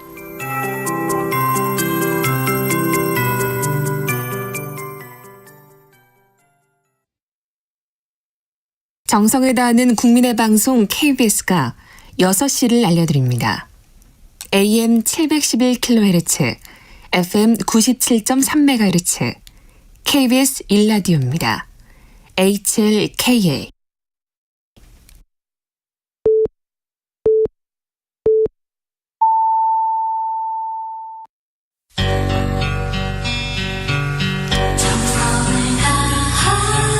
정성을 다하는 국민의 방송 KBS 주진우 라이브. 그냥 그렇다고요. 이 시각 라디오 정보센터 뉴스입니다. 미국을 방문 중인 윤석열 대통령이 미 의회에서 영어 연설을 통해 이제 한미 동맹은 그 어느 때보다 강력하다며 대한민국은 미국과 함께 자유의 나침반 역할을 할 것이라고 밝혔습니다. 한미 정상의 워싱턴 선언을 두고 우리 정부가 사실상 핵공유로 느껴질 것이라고 밝힌 가운데 미국 정부가 사실상 핵공유로 보지 않는다고 밝혔습니다. 대통령실은 미국도 팩트를 얘기한 것이고 우리도 팩트를 얘기한 것이라고 밝혔습니다. 더불어민주당 이재명 대표는 한미 정상회담과 관련해 미국 인플레이션 감축법과 반도체 지원법 관련해서 우리 산업, 기업을 전혀 지켜내지 못했다면서 아낌없이 퍼주는 글로벌 호갱 외교라고 비판했습니다. 윤석열 대통령이 미국 방문 때 화동 얼굴에 입을 맞춘 것을 놓고 성적 학대라고 발언한 민주당 장경태 의원에 대해 국민의힘이 국회에 징계안을 제출했습니다. 더불어민주당 전당대회 불법 정치자금 의혹의 피해자인 이정근 전 민주당 사무부총장이 자신의 통화 내용이 담긴 녹음 파일이 공개된 것과 관련해 서울중앙지검 검사와 JTBC 취재진을 공무상 비밀 누설과 개인정보보호법 위반 혐의로 경찰에 고소했습니다. 지금까지 라디오 정보센터 뉴스 정한나였습니다.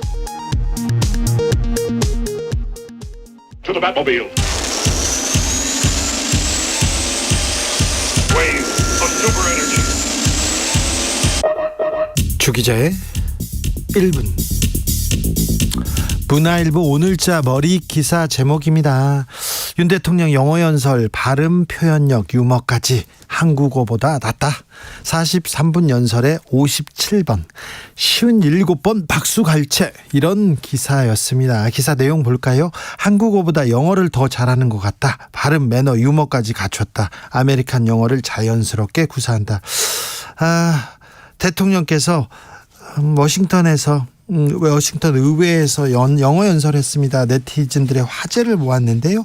그래서 문화일보에서는 오히려 공개석상에서 한국어로 발언할 때 나오는 습관들도 보이지 않을 정도로 전달력이 좋았다는 것이다. 이렇게 극찬하는 기사가 나왔습니다. 네, 영어 연설 준비하시느라 고생 많으셨습니다. 네. 아메리칸 스파이 부르느라고 수고하셨습니다. 이제 한국에서 잘하실 차례입니다.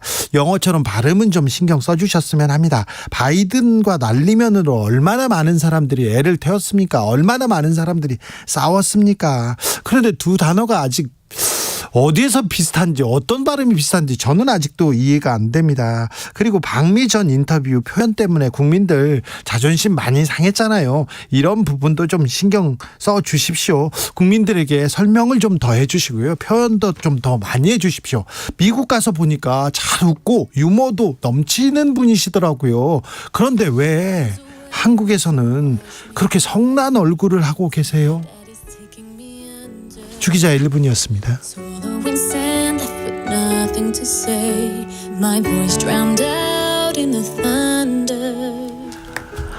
나오미 스콧 스피치리스.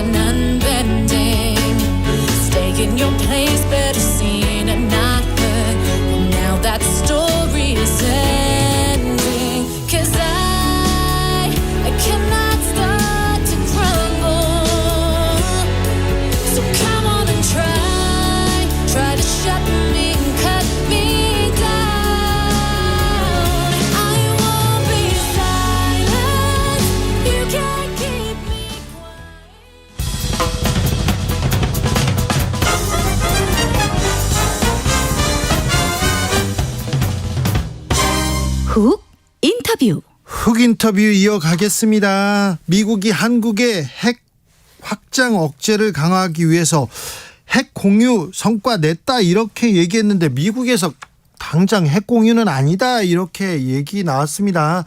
그랬더니 또 대통령실에서 사실상 핵 공유라는 표현과 비슷하다 뭐 이런 얘기까지 조금 나왔는데 이게 무슨 말인지 핵 공유에 대해서 어떤 성과가 나왔는지 물어봅니다. 사성장군 출신 국회 국방위 김병주 더불어민주당 의원 어서 오세요. 네, 안녕하세요. 김병주입니다. 네, 네. 한미 정상회담에서 경제 다른 이슈는 좀 뒷전이었고요. 외교 안보에 집중했다고 합니다. 안보 얘기만 계속 나왔는데 자, 안보 전문가로서 어떻게 보셨습니까? 네, 이번 한미 정상회담 기대가 많았는데 네. 그 기대에 엄청나게 못 미쳤습니다. 사실 빈수레가 좀 요란한 회담이었다고 볼 수가 있죠. 아니 그래도 워싱턴 네. 선언 내놓으면서 안보에서는 획기적인 성과를 거뒀다 이렇게 얘기하던데요. 네, 저도 워싱턴 선언 별도로 한 데서 네. 상당히 우리 안보가 획기적으로 네. 향상될 거라고 기대하고 네. 그걸 쭉 봤는데 기존에 해왔던 것을 정리한 정도의 입장이더라고요. 그래요. 새로운 게 별로 없죠. 새로운 건 없습니까? 네, 새로운 것들이 없죠. 핵 네. 공유, 핵 우산부터 물어볼게요. 네. 자, 우리나라는 지금 미국의 핵 우산 체제 있는 거죠? 네, 그렇죠. 핵 우산은 네. 뭡니까? 핵우산은 사실 1978년도에 박정희 정권 때. 예, 그때 최초로 미국이 우리나라에 핵우산을 제공하겠다고 그 용을 썼습니다. 네. 핵우산은 상대가 핵을 쏘면은 네. 그걸 우산처럼 막아주겠다. 네. 그것은 즉 보복을 해서 네. 그 핵을 못 쓰게 하겠다. 핵은 핵 그런 개념이었습니다. 그러다가 2006년도부터 네. 북한의 1차 핵실험을 하면서 확장 억제 정책으로 바뀌었어요. 예. 그것은 이제 핵우산은 핵을 상대가 썼을 때 우리가 보복용으로 쓰겠다는 개념이 강했는데 네. 우리나라와 같이 영토가 적은 나라에서 핵탄을 공격받으면 어떻게 되겠습니까? 끝나요. 끝나죠. 예, 그러니까 안 됐죠. 이것은 핵우산이 확장돼서 예방 측면이 더 포함됩니다. 그렇죠. 저기 핵을 쏘지 못하도록 억제하겠다. 네. 그리고 예방하겠다. 예. 쏘려고 하면은 어떻게 하겠다. 예. 그다음 쏘고 난 다음에 어떻게 하겠다 해서 확장된 개념으로 쓴 것이 확장 억제 정책이었고요. 예. 2006년도 이후에 미국은 끊임없이 확장 억제 정책을 공약으로 내세웠던 그렇죠. 거죠. 강조했죠. 네, 그래서 이번에 뭐 확장 억제 정책에 대한 대단한 안이 나올 거라고 기대를 했는데 네. 지금까지 해왔던 거를 종합적으로 정리해서 워싱턴 선언으로 한 겁니다. 네. 지금까지는 어떤 식으로 했는가 하면 한미 정상회담을 하면은 확장 억제에 대한 약속을 한다고 한 센텐스를 꼭 여요. 네. 한미 국방장관 회담할 때도 SCM에 꼭 한 센텐스를 였는데 네. 이걸 별도로 한 거거든요. 네. 그러니까 이번에가 기존과의 차이는 네.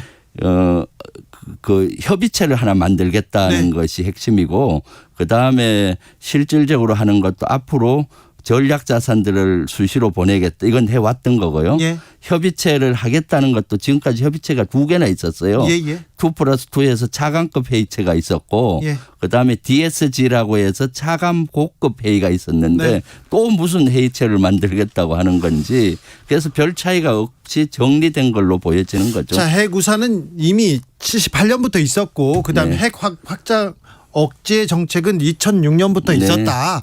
그런데 별도로 종합했다 얘기하는 아니 김태호 대통령실 차장은 핵 억제 구체적인 플랜이다. 이번에는 미국과 핵을 공유하면서 지내는 것처럼 느끼게 될 것이다. 핵 공유를 얘기를 했는데 네. 미국에서는 당장 핵 공유 아니다 얘기했어요. 핵 공유는 뭡니까? 핵 공유는 그야말로 미국이 갖고 있는 핵탄을 네. 우리가 같이 기획하고 네. 같이 실행하고 같이 쓴다. 정보를 공유한다는 거지 않습니까? 네. 그것이 핵 공유, 진정한 핵 공유죠. 네. 여기서 우리가 할 수 있는 것은 핵에 대한 정보를 조금은 받을 테지만은 네. 그걸 우리가 어떻게 해달라 이런 논의의 장은 되겠죠. 그런 협의체. 그렇지만은 핵에 대한 모든 권한은 미국이 갖고 있기 때문에 네. 실질적으로 핵 공유 라고 할 수가 없는 거죠. 그래서 미국은 핵 공유가 아니다라고 네. 얘기한 것이고 그동안 북한 핵 미사일에 대해서 우리 국민들이 우려가 크고 걱정이 많잖아요. 네. 그러다 보니까 핵 자체 개발해야 되는 거 아니냐라는 그렇죠. 핵 개발 여론이 얘기를 많이 하죠. 올라가니까 네. 이제 미국 입장에서도 별도로 워싱턴 선언 같은 걸 만들어서 한국 국민을 안심시켜야겠다. 이런 거와 맞닥뜨려져서 안심시키는 방법은 뭐냐. 기존에 해온 방법을 다시 재정리해서 선언을 한 것이죠. 그래 우리가 각서 네. 써줄 테니까 네. 네. 뭐 불안해하지 마 이렇게 얘기하는 거네요. 네, 바이든 그렇습니다. 대통령도 한반도 비핵화 선언 다시 하면서 한국 핵무장론에 제동을 걸었다. 이거는 성과다 이런 얘기를 하셨어요. 네, 미국 입장에서는 대단한 성과죠. 왜냐하면 미국 입장에서 그렇죠. 네, 왜냐하면 우리 국내 여론 자체가 핵 자체 개발에 대한 여론이 한 70%까지 오른 적도 있고요. 예. 그리고 윤석열 대통령 자신도 핵 개발할 수 있다라는 뉘앙스로 계속 얘기했죠. 국무회의에서 국방부 업무보고와 국무회의에서 얘기한 적도 있고요. 네. 그러다 보니까 미국은 여기에 대해서 많은 우려를 한 겁니다. 예. 그래서 이번에 NPT를 준수한다, 네. 재확인한다를 꼭 넣었죠. 연 거죠. 그렇죠. 그러니까 사실은 핵 개발에 대한 족쇄를 하게 만들면서 확장 억제를 강화해 주겠다 이렇게 한 것이죠. 그냥. 네. 한반도 비핵화를 위해서는 윤석열 대통령이 성과를 냈네요. 이번에 적었으니까. 아, 그렇죠. 네. 사실은 가장 우려했던 것이 핵 개발 문제거든요. 네. 핵 개발을 만약에 추진한다 그러면 어떻게 했습니까? 네. 한미 동맹도 깨지고 경제 제재에 의해서 네. 우리 경제도 무너질 수 있는데 네. 오히려 미국이 족쇄를 채운 꼴이 되는 거죠. 그런데요. 한미 정상회담에서 경제적이나 다른 성과가 좀 별로 성과가 적었다 이런 얘기가 나오는데 안보 성과는 있었다고 하는데 이번에 안보 성과도 이렇게 들여다보니까 별게 없네요. 그런데 도청 당했잖아요. 네, 예. 거기다가 한국이 이런 식으로 나오면 우리 핵 개발할 수 있다 이런 여론도 있었는데 미국에서는 두 가지를 잠재워야 되잖아요. 네. 그러면 뭔가를 내놨을 텐데 뭔가는 안 내놨습니까? 그러니까 뭔가 내놓아야 될 것 같은데 이번엔 전혀 내놓질 못한 것이죠. 그래요? 네. 사실 도청 문제는 아주 심각한 문제지 않습니까? 그렇죠. 우리 주권 침해 행위고 네. 이런데 윤 대통령께서는 아무 얘기도 못했잖아요.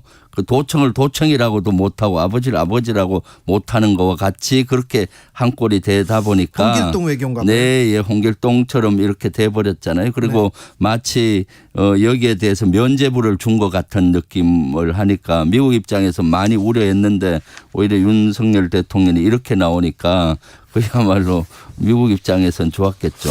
저 방미 전에 우크라이나 무기 지원에 대해서 언급하셨어요, 대통령께서. 네. 그리고 미국에 가서 인터뷰에서도 이런 비슷한 그 의지를 표명했는데 네. 이 부분은 어떤 군사적 영향을 미칠까요? 네, 그것은 아주 우리 안보에 지대한 영향을 미칩니다. 왜냐하면 우크라이나의 전쟁 무기, 특히 살상 무기를 제공한다면은 네. 러시아와 적대국이 되는 거지 않습니까? 러시아와 적대국이 된다면 어떻겠습니까? 아이고, 북한의 핵미사일에 대응하기도 이렇게 어려운데 네. 이거 하기 위해서 확장 억제가 어떠니 워싱턴 선언 새로 하고 했잖아요. 네. 그런데도 불구하고 러시아와 같은 강대국을 적대국으로 만든다면 더욱 어려워지잖아요. 네. 당장 직격탄은 우리 교민들 바로 받습니다. 예. 16만 교민들이 안위가 걱정이 될 수가 있고요.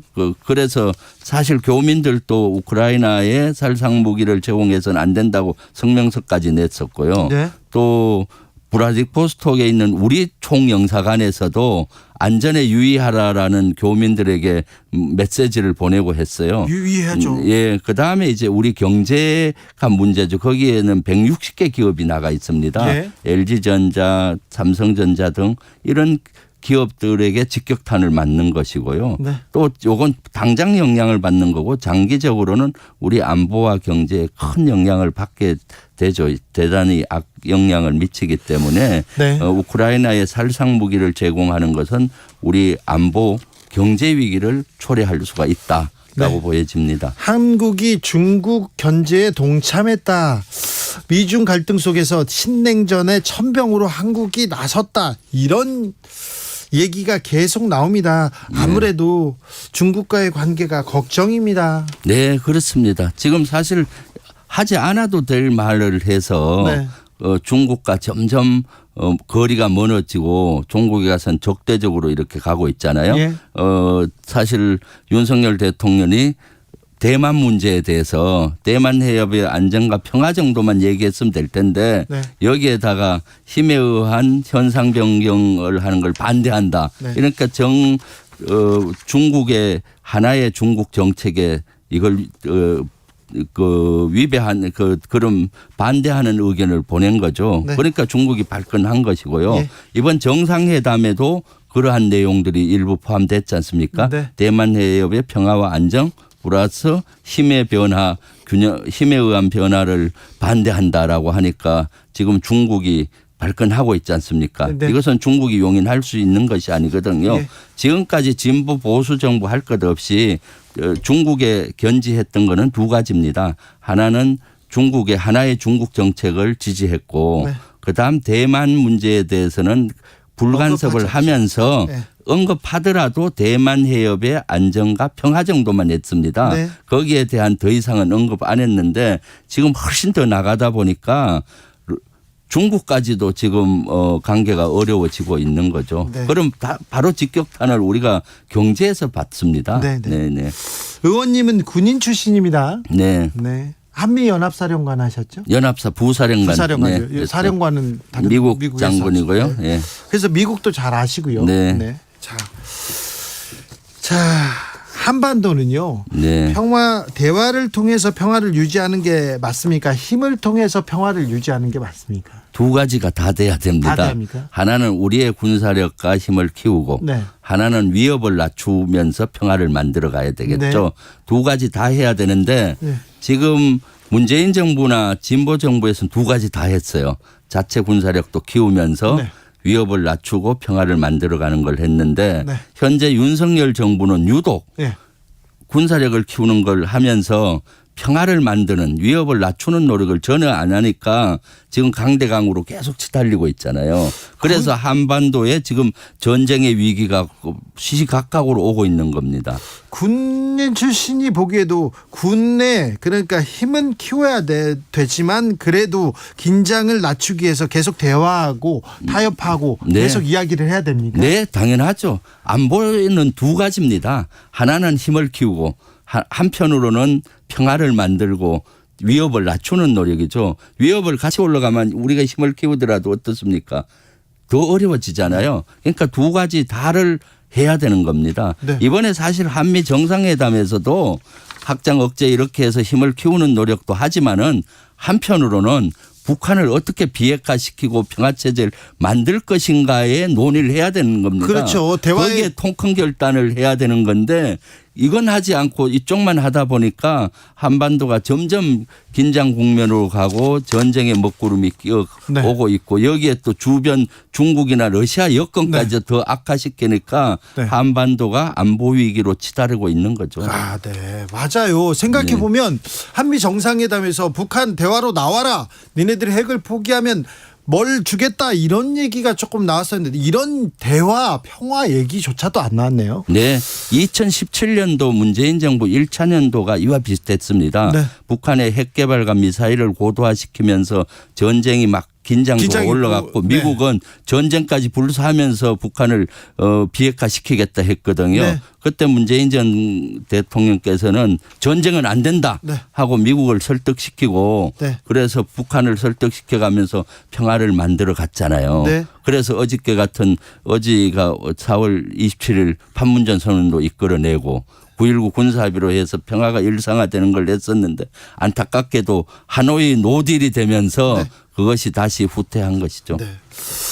사성장군 출신이고 군인 출신인데 그리고 영어도 잘하시고 굉장히 또 군사 지식 되게 많은데 쉽게 말씀하세요. 네. 군인 출신이고요. 사성장군 출신인데 또 귀엽기도 좀 하십니다. 네. 알고 계시죠? 네. 그런 얘기 많이 듣습니다. 아, 많이 들어요? 아, 네. 알겠어요. 네. 민주당 얘기도 조금 들어보겠습니다. 네, 자, 군인 출신입니다. 민주당에 간다. 이것도 쉽지 않았을 텐데 민주당이 와서 이렇게 활동을 합니다. 그런데요, 민주당이 지금 국민들한테 어떻게 보이는 것 같습니까? 아, 지금 글쎄요. 많은 지지를 받아야 되는데 좋은 말은 못 하겠습니다. 네. 그렇죠. 우리가 더 잘해야 되겠죠. 그렇죠. 좀 잘하는 모습 보여주지 못한 거나 그렇죠. 보이죠. 네.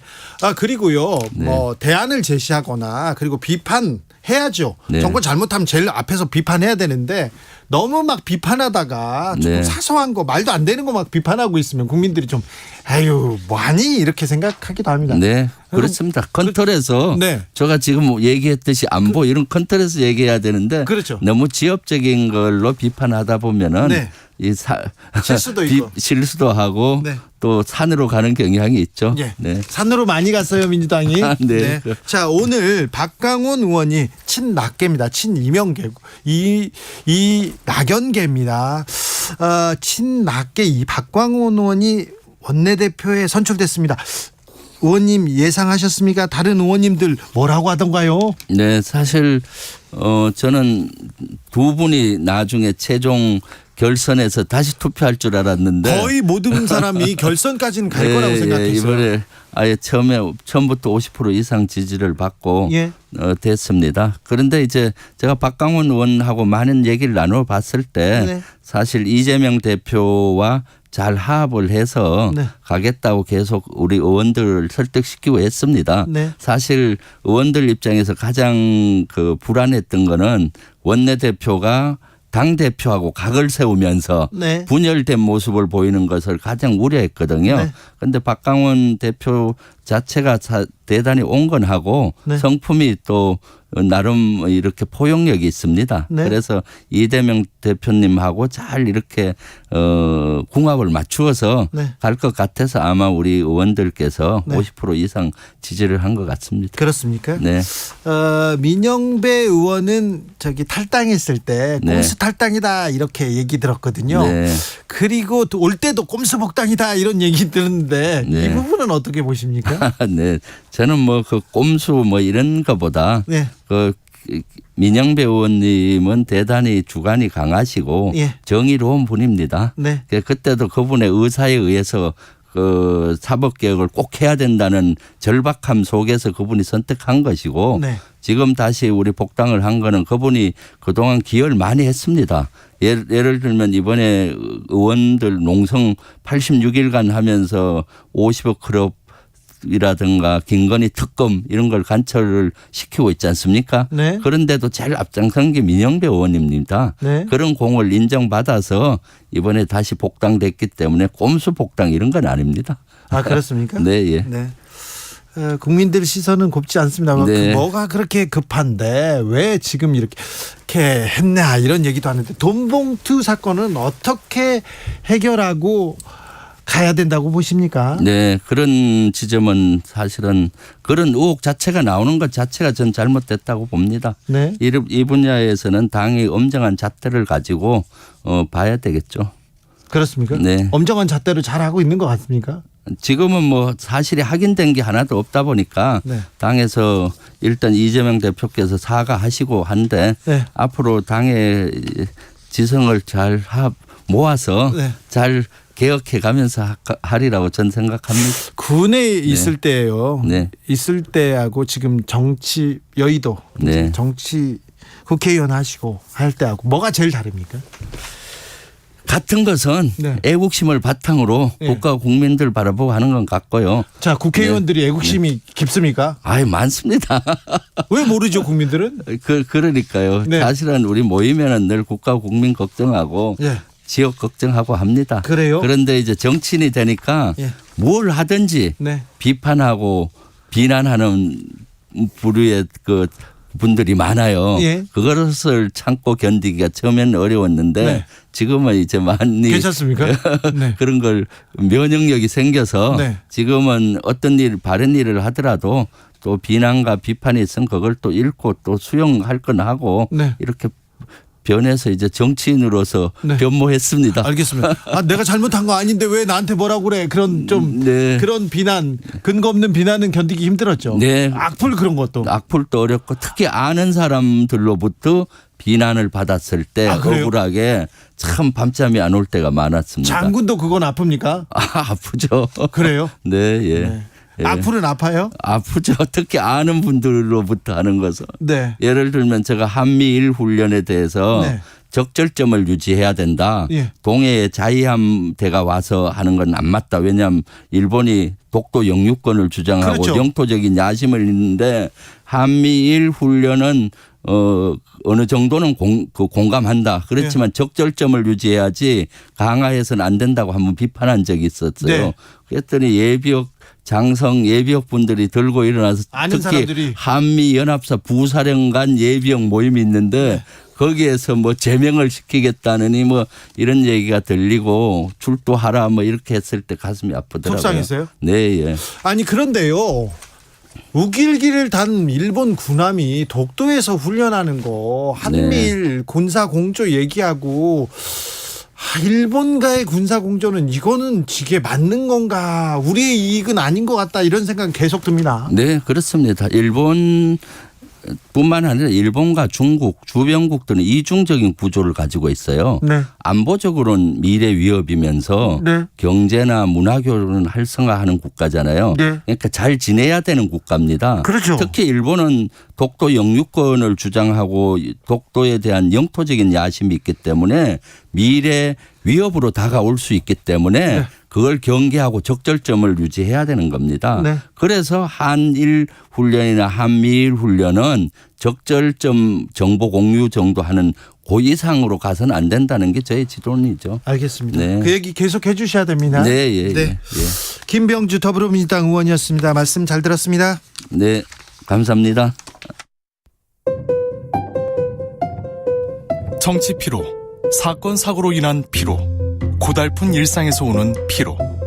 오늘 시사하셨습니까? 경험해보세요. 들은 날과 안 들은 날의 차이. 여러분의 피로를 날려줄 저녁 한 끼 시사. 추진우 라이브.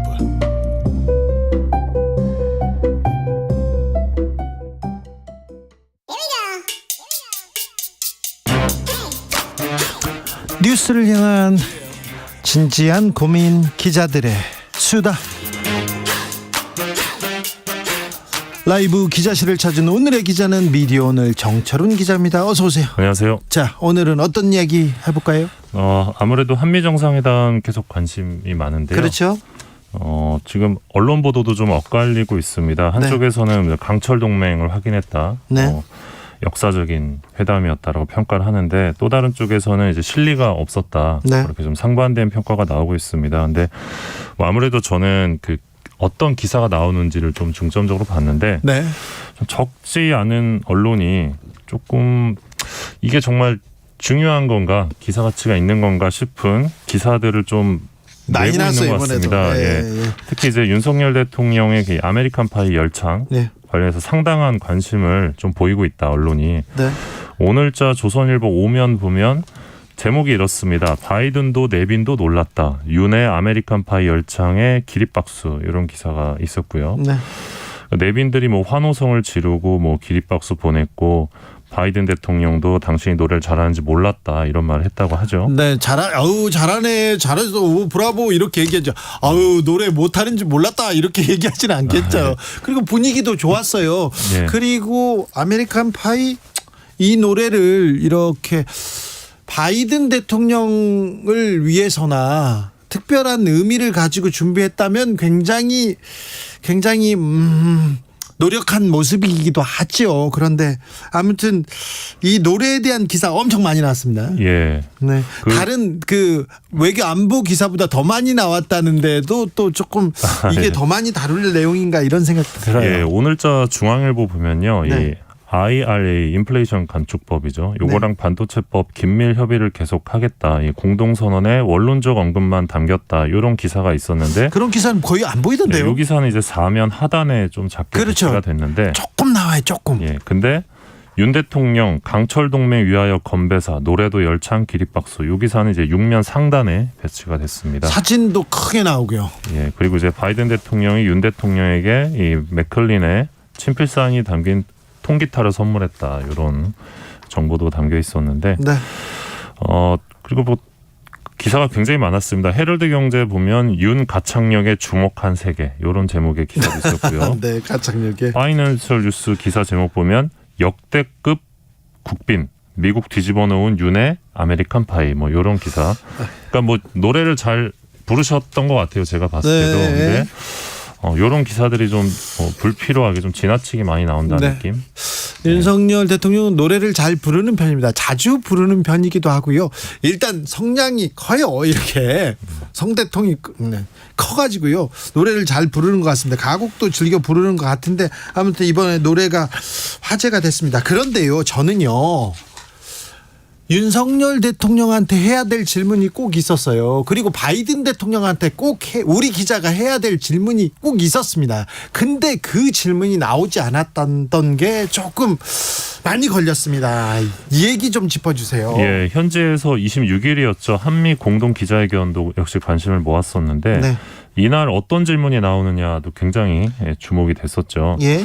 근데 이제 첫 질문자였던 미국 LA 타임즈 기자가 바이든 대통령에게 대통령의 최우선 경제 과제는 미국 제조 산업을 성장시켜 중국과 경쟁하는 거다. 네. 근데 중국에서의 반도체 제조를 제한하는 정책이 한국 기업에 피해를 주고 있다. 피해를 주고 있죠. 동맹국이 피해를 받게 하면서 국내 정치적 지지를 얻으려는 거 아니냐. 이런 질문을 합니다. 자, 한국 기자가 물어봤어야 되는데. 근데 LA 타임즈 기자가 물어봤습니다. 예. 그래서 미국 기자가 한국 걱정을 해준 그렇죠. 모양새였는데 이게 네. 굉장히 좀 상징적인 장면이었던 것 같습니다. 예. 그래서 바이든 대통령이 이제 중국 견제하려는 용도가 아니다. 그리고 한국에서도 일자리가 미국 내 투자를 통해 일자리가 만들어질 거기 때문에 서로 윈윈이다. 이렇게 답을 했는데요. 윈윈은 아닌 것 같아요. 예, 그리고 이제 미국의 이제 ABC 기자가 또 윤 대통령에게 질문을 했는데 미국이 한국을 도청했다는 것에 대해 다시는 그렇게 하지 않겠다는 바이든 대통령 쪽에 약속이나 언질이 있었냐 이런 질문을 했습니다. 네. 윤 대통령께서 이 한미 간 소통하고 또 필요한 정보를 공유해 나가고 있다 이런 약간 원론적인 답변을 하셨고 답을 피해갔네요. 예, 바이든 대통령은 별도 입장을 밝히지 않았다고 하는데요. 바이든 대통령한테 도청에 관한 질문을 한국 기자가 했었어야 됩니다. 예, 근데 이제 역시 미국 ABC 기자가 했는데 네. 그러니까 어떻게 보면 이 두 가지 질문 모두 이제 바이든 대통령에게 불편한 네. 불편한 질문이라고 볼 수 있겠죠. 불편한 질문이지만 불편하지만 국민들한테는 꼭 필요한 질문이기 때문에 해야 됩니다. 그리고 가장 또 중요한 질문이기도 했는데요. 그렇죠. 반면에 이제 질문 기회를 얻었던 한국 기자들의 경우는 어떤 질문을 했습니까? 궁금합니다. 일단 MBN 기자는 이 한미 핵 협의 그룹이 구성됐을 때 핵무기 탑재가 가능한 미 전략 자산 운용에 한국이 어떤 식으로 관여하느냐 이런 걸 물었고요. 윤 대통령에게 바이든 대통령에게는 NPT 핵 확산 금지 조약 체제를 유지하면서 확장 억제를 강화하는 방식이 한국 국민이 안심할 수준이라고 판단하냐 이런 질문을 했습니다. 또 다른 질문이 파이낸셜 뉴스 기자는 윤 대통령에게 첨단 기술 동맹이 기업과 국민에게 어떤 영향을 줄지 물었고요. 첨단 기술 동맹이 지금 어떤 영향을 줄지요? 그리고 바이든 대통령에게는 미국의 반도체법과 인플레이션 감축법 때문에 한국 기업이 불안하지 않도록 어떤 메시지로 안심을 시켜줄 수 있냐 이런 질문을 했습니다. 네. 그러니까 상대적으로 뭐 진행자께서도 기자생활 오래 하셔서 아시겠지만 기자회견에서 이 답을 하는 사람들이 원하는 답을 하고 싶은 걸 질문해주는 기자들이 있습니다. 네. 근데 이번 질문의 경우는 상대적으로 일단 한미 정상이 불편해할 만한 질문은 좀 없었던 것 같고요. 한국 기자들의 경우는 오히려 한미 정상이 좀 추가적으로 답변하고 싶은 내용들을 좀 질문한 것 아니냐 이런 분석도 가능합니다. 네, 꼭 필요한 질문이 있었습니다. 저한테 질문 기회를 준다면 바이든 대통령한테 도청에 대한 얘기를 물어보겠습니다. 그리고 한국 정상을 모셔다 놓고 지금 너무 자기 정치만 하고 있는 거 아닌가. 대권 레이스 간 거에 대해서도 또 물어볼 거고요. 그리고 또 한국의 이익과 미국의 이익이 일치하지 않는다. 그리고 일본을 위해서 조 바이든 대통령이 일본하고 역사 관계를 개선해 준 거에 대해서 정치 관계 개선해 준 거에 대해서 윤석열 대통령한테 감사하다는 인사를 하잖아요. 자존심 상하더라고요. 왜 일본을 위해서만 당신은 조 바이든 미국 대통령은 왜 일본을 위해서만 이런 얘기를 하는지 한국을 압박하는지 그런 얘기를 묻고 싶었어요. 그러나 대통령실 출입 기자가 아니시기 때문에 어려우시겠죠. 아니어도 뒤에서 이렇게 싹 들어가서 질문하고 싶어요. 그냥. 자, 다음으로 만나볼 이야기는요. 그래서 지금 이번 경우를 두고 좀 필요한 질문은 좀 나오지 않고 좀 지나치게 좀 대통령을 좀 띄워주는 홍보해주는 기사만 좀 눈에 띄는 거 아니냐 이렇게 생각하는 분들도 계실 것 같은데요.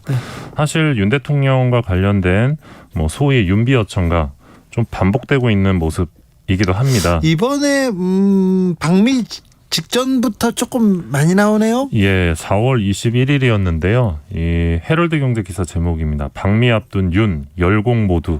확장 억제 경제안보 구체화 기대감 이런 제목이었는데 머니투데이의 경우는 윤 대통령 미국 심장 파고들 영어 연설 맹연습 할 말은 하는 나라로 이런 제목에 저도 엄청 웃었어요. 미국 심장을 파고듭니까? 영어를 하면 미국 심장을 막 파고듭니까? 그래서 사실 윤석열 대통령과 관련해서 열공이라는 키워드가 굉장히 자주 등장합니다. 대선 후보 때부터 열공하고 있다는 기사가 굉장히 쏟아졌었는데 잊을만 하면 또 열공하신다고 등장을 합니다.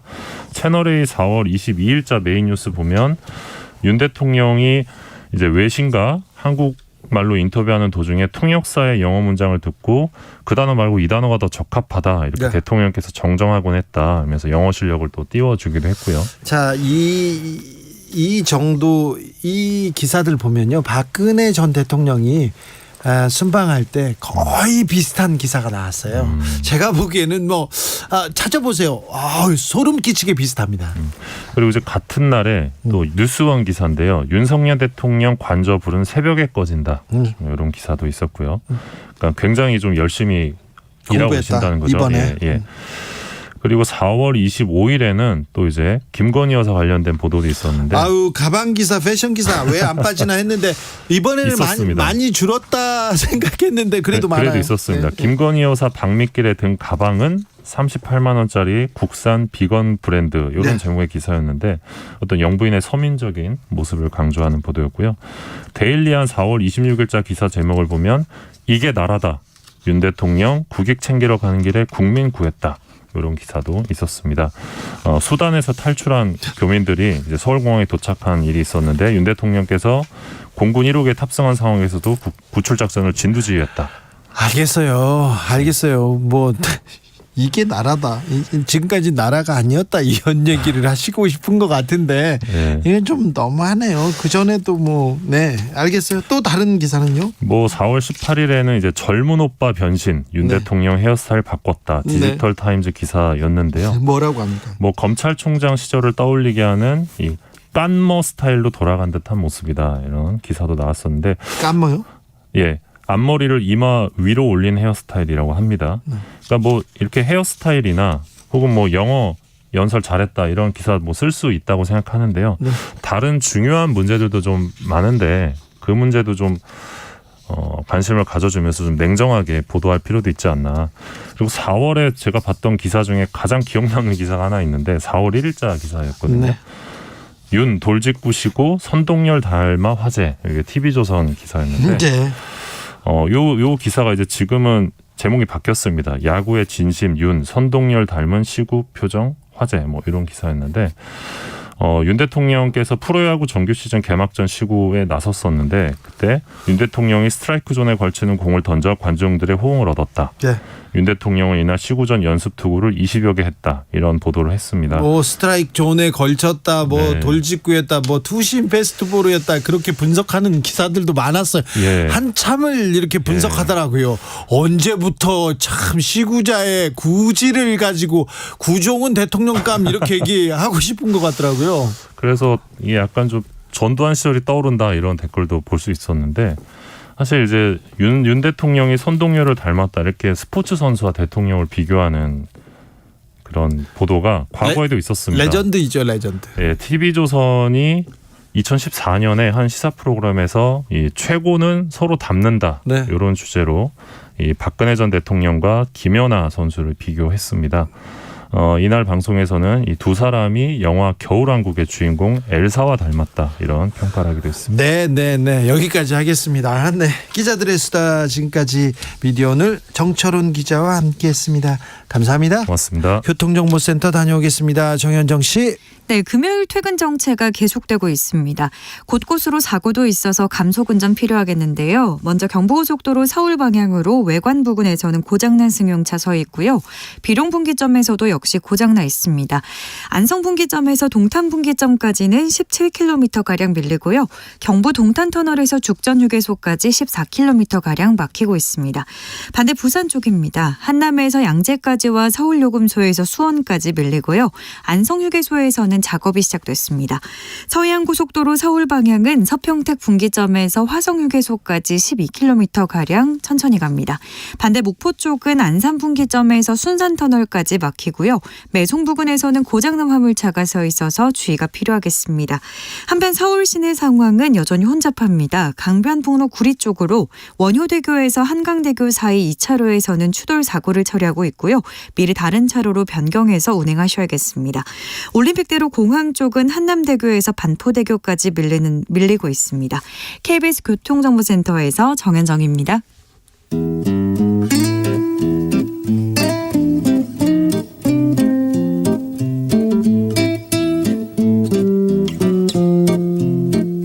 현실의 불이 꺼지고 영화의 막이 오릅니다. 영화보다 더 영화 같은 현실 시작합니다. 라이너의 시사회. 영화 전문 유튜버 라이너 어서 오세요. 네, 안녕하십니까. 요즘은 어떤 영화가 주목을 받고 있습니까? 요즘 어떤 시리즈 잘 보셨습니까? 시리즈 요즘은 이제 다양한 영화들이 나오고 있는데 한국 영화는 되게 힘들어하고 있고요. 네. 최근에 나온 영화 중에 되게 눈에 띄는 거는 슈퍼마리오 브라더스라고요. 슈퍼마리오 나왔다면서요? 네, 그 닌텐도의 아주 유명한 캐릭터. 네. 어떻게 보면 비디오 게임 역사를 대표하는 그런 캐릭터가 슈퍼마리오라고 할 수 있겠는데, 그렇죠. 그거를 이제 미국 일루미네이션에서 만들었어요? 네, 일루미네이션이라고 정확히 뭐 어디서 만들었다는 약간 영화의 국적 문제는 좀 다른데요. 아무튼 제작사는 일루미네이션. 네. 그러니까 우리가 슈퍼배드 시리즈나 미니언즈 이런 걸 만든 제작사고요. 거기서 제작을 했고 이제 크리스 프렛이라든지 뭐 이런 배우들이 목소리 연기를 했는데요. 흥행 돌풍 이어간다면서요? 엄청난 흥행을 했습니다. 지금요? 네, 그래서 개봉 한 4일 만에 겨울왕국 2가 세웠던 역대 애니메이션 오프닝 네. 기록을 갈아치웠고요. 그래요? 지금 9억 달러를 넘겨서 네. 이제 10억 달러를 목전에 두고 있습니다. 그래요? 우리나라에는 이제 개봉했대요. 네, 수요일에 개봉했습니다. 네, 근데 재밌다고 하는 사람도 있고요. 이게 뭐야 이렇게 하는 사람도 있는데 전 세계에서는 흥행 돌풍을 이어간다면서요? 네, 흥행 돌풍이고요. 아무래도 이 슈퍼마리오를 모를 수는 없잖아요. 네. 워낙 유명한 비디오 게임이기 때문에 그 비디오 게임을 좋아하는 사람들은 추억에 젖어서 이렇게 보게 되고 네. 모르는 분들이 볼 때는 좀 이건 무슨 내용이지 하는 생각을 하시게 되는 것 같습니다. 그렇습니까? 다른 작품 재밌게 본 작품 있습니까? 라이너한테는 좀 물어보고 싶어요. 제가 재밌게 본 작품들 최근에는 막 엄청 좋은 영화들이 네. 이렇게 쏟아지고 있진 않아서 영화에 조금 뭐라고 해야 되나요? 영화 가뭄이에요. 그렇습니다. 지금 드림 같은 영화도 나와 있고, 네. 얼마 전에 이제 비슷한 리바운드 같은 영화도 있었고, 네. 다양한 영화들이 있었는데 지금 한국 영화는 계속 힘들어요. 네네. 사람들이 거의 고개를 돌리고 있는 수준입니다. 제가 영화인들 이번 주에 잠깐 봤는데요. 잠깐 봤어요. 배우들이랑 이렇게 보고 그랬는데 거기에서 가장 많이 나왔던 이야기는요. 외교관이라는 그 넷플릭스 시리즈하고요. 그리고 레비톨이라는 이건 어디에서 봐야 되는지는 모르겠는데 드라마인데 이걸 보면은 정치 사회 그리고 한국의 현실을 볼 수 있다 이렇게 네. 어떤 분들이 추천해 줬습니다. 그 자리에서 가장 많이 나왔던 얘기가 레비톨과 그다음에 외교관 얘기했습니다. 오늘은 어떤 이야기 해볼까요? 네, 오늘은 그 전주국제영화제 얘기를 좀 해보려고 합니다. 개막했습니까? 네, 27일 바로 어제 개막을 했는데요. 네. 이 전주국제영화제는 2000년에 출범했습니다. 네. 이 전주시 완산구에서. 그 동네요. 또 네. 저의 또 고향이. 네, 그 동네에서 제가 자랐어요. 네, 그렇군요. 그래서 이 슬로건은 자유, 독립, 소통 이렇게 돼서 이 국제 경쟁 부문, 한국 경쟁 부문, 한국 단편 경쟁 이렇게 셋으로 구성되고요. 올해 24번째입니다. 자, 24번째인데 올해는 괜찮습니까? 괜찮아요? 좀 우려하는 목소리도 좀 있었잖아요. 그렇습니다. 그거랑 상관없이 이 전주국제영화제랑은 상관없이 그 전주국제영화제의 공동 집행위원장으로 이 영화배우 정준호 씨가 이 논란이 좀 있었습니다. 네. 그러니까 임명된 게 정준호 씨였는데요. 네. 여기에 이제 반발했던 거죠. 이 영화인들이 좀 반발이 있었습니다. 네. 그때 이제 배우 권혜요 씨라든지 방은진 감독, 한승룡 감독 이렇게 영화인 이사 3명이 사퇴 의사를 밝히기도 했었고요. 그래 사퇴했어요. 그래서? 네, 그 영화인들이 했던 이야기가요. 정준호 씨가 이 독립 영화에 대한 경험이 좀 부족하다. 네. 이게 제일 큰 얘기였던 것 같아요. 네. 그래서 제가 인터뷰한 거를 이번에 보니까 정준호 씨도 그 부분에 대해서는 동의하시더라고요. 네. 왜냐면 정준호라는 배우가 그동안에 독립 영화에 자주 나오면서 얼굴을 비추고 그런 고민은 없었죠. 네, 그런 관심을 보였던 사람이 아니기 때문에 그리고 전주국제영화제는 어디까지나 독립 영화, 예술 영화를 중심으로 하는 그런 영화제이기 때문에 이런 문제가 있었던 거고요. 그리고 이제 그런 부분이 있었던 것 같아요. 영화제와 관련한 어떤 행정, 실무 경험이 전혀 없다는 부분들, 그리고 이제 선거 때 이 보수 정치인들 유세를 따라다녔다. 그래서 영화제의 독립성을 훼손할 수 있지 않겠느냐. 이런 우려들이 있었던 것 같습니다. 네. 그래서 정준호 얘기가 나왔을 때 이런 얘기가 그 국제영화제 주변에서 있었죠. 그렇습니다. 그래서 아무튼 영화계에서는 이런 반발이 있었는데 어쨌든 지금도 영화계의 의사를 무시하고 강행한 게 아니냐 이런 얘기가 있고요. 자, 그래도 우리는 또 작품으로 가봐야 되겠어요. 네, 그렇습니다. 어떤 영화 주목하고 있습니까? 일단 주목되는 작품들은 되게 많습니다. 이번 그 슬로건, 이번 전주국제영화제의 슬로건은 우리는 늘 선을 넘지라는 말인데요. 좋습니다. 항상 선을 넘는다 우리는. 그렇죠. 좋네요. 좀 되게 굉장히 좋은 슬로건이고 그리고 좋은 정신인 것 같아요. 저의 신조하고도 맞습니다. 그럼요. 이 독립 영화 이런 거 만드는 그렇죠. 사람들은 도전해야죠. 좀 선을 넘을 각오를 해야 되고 항상 넘어 있어야 되거든요. 그렇죠. 그런 거였는데 이번에 나온 작품들 굉장히 많은데 그 중에 이제 올해 개막작으로 선정된 작품이 이제 다르덴 형제. 의 작품 다르덴 형제 토리와 로키타라는 작품입니다. 네. 요게 이제 작년에 이 칸에서 상을 뭐 특별상을 받았지만 특별상을 받기도 했었고 그리고 우리나라에 오셨어요. 다르덴 형제가 예. 와서 지금 상영하고서 어제 상영하고 관객과의 대화 네. GV라고 하죠. 네. 그 GV를 했고 그리고 다른 매체들하고도 인터뷰를 굉장히 활발히 하고 있습니다. 네. 사실 다르덴 형제 같은 감독이 우리나라에도 좀 나왔으면 좋겠다 이런 생각을 많이 했는데 어쨌든 오셔서 되게 의미 있는 초대인 것 같고요. 폐막작은 어디로 가고 싶으신가요? 라는 작품인데 김희정 감독 작품이고 김혜란 소설을 원작으로 한 작품이라고 합니다. 그리고 그 외에도 굉장히 다양한 작품들이 있어요. 뭐 노영성 감독의 더 자연인이라든지 뭐 그다음에 이창재 감독의 영화 다큐멘터리 영화 문재인입니다라는 영화가 있습니다. 네. 이 문재인입니다의 문재인은 우리가 알고 있는 전 대통령 문재인 대통령을 말하는 거고요. 예. 29일 30일에 특별 상영한다고 합니다. 저도 네. 아직 안 봤는데 저는 이제 시사회로 봐야 돼서. 예. 자, 라이너는 어떤 작품 주목하고 있습니까? 어떤 작품 잘 보셨어요? 저는 이제 주목하고 있는 작품은 두 작품인데요. 네. 그 중에 하나가 이제 역시 방금 말씀드렸던 다르덴 형제 영화입니다. 다르덴 형제 어떤 영화입니까? 네, 다르덴 형제의 영화. 그러니까 다르덴 형제를 좀 모르시는 분들을 위해서 조금 말씀드리자면, 네, 몰라요. 다르네요. 네. 다르덴 형제는 이제 벨기에 출신의 네. 벨기에 세랭을 중심으로 이렇게 영화를 만드는 형제를 말합니다. 장피에르 다르덴 그리고 릭 다르덴. 형제가 만듭니까? 네, 이 두 형제가 만들고요. 이 사람들은 어떻게 보면은 철저한 리얼리즘, 예. 사실주의 영화를 만듭니다. 예. 그러니까 어떤 느낌이라고 보면 되냐면 우리가 그 나 다니엘 블레이크를 만든 예. 감독, 네. 그리고 미야네오 리키 등을 만든 그분과 비슷하다고 보시면 될 것 같아요. 아, 예. 근데 비슷하다고 하지만 영화의 스타일은 전혀 다르고요. 대신 그 다루고자 하는 그런 주제가 굉장히 비슷하다고 볼 수 있겠습니다. 그러니까 어떤 사회적인 약자들, 그리고 이 세상의 낮은 곳에 있는 사람들, 그런 사람들을 조명하고 네. 그런 사람들이 어떻게 행동해야 되는가, 그리고 어떻게 이 일에 대해 이 여러 문제들에 대해서 답을 내야 되는가, 그거에 대해서 문제 의식을 드러내는 감독들이 바로 다르덴 형제라고 할 수 있겠습니다. 예. 그래서 이 토리와 로키타라는 영화가 이번에 개막작으로 나온 작품인데 이 작품은 뭐 한마디로 말씀을 드리자면은 요거는 이민자 문제를 다룬 이야기예요. 예. 그러니까 유럽 사회에서 이민 문제, 네. 혹은 뭐 난민 문제 이런 것들이 굉장히 문제가 됐고 또 우리나라도 이런 문제로부터 자유롭지 않은 것 같은데요. 이 주인공은 이 토리와 로키타, 영화 제목 그대로 토리와 로키타인데 이 두 사람은 굉장히 가까운 관계면서 서로에게 서로를 도와주고 하는 관계입니다. 그리고 로키타는 공황 장애를 앓고 있어요. 네. 그래서 호흡 곤란이 좀 있는 편이고요.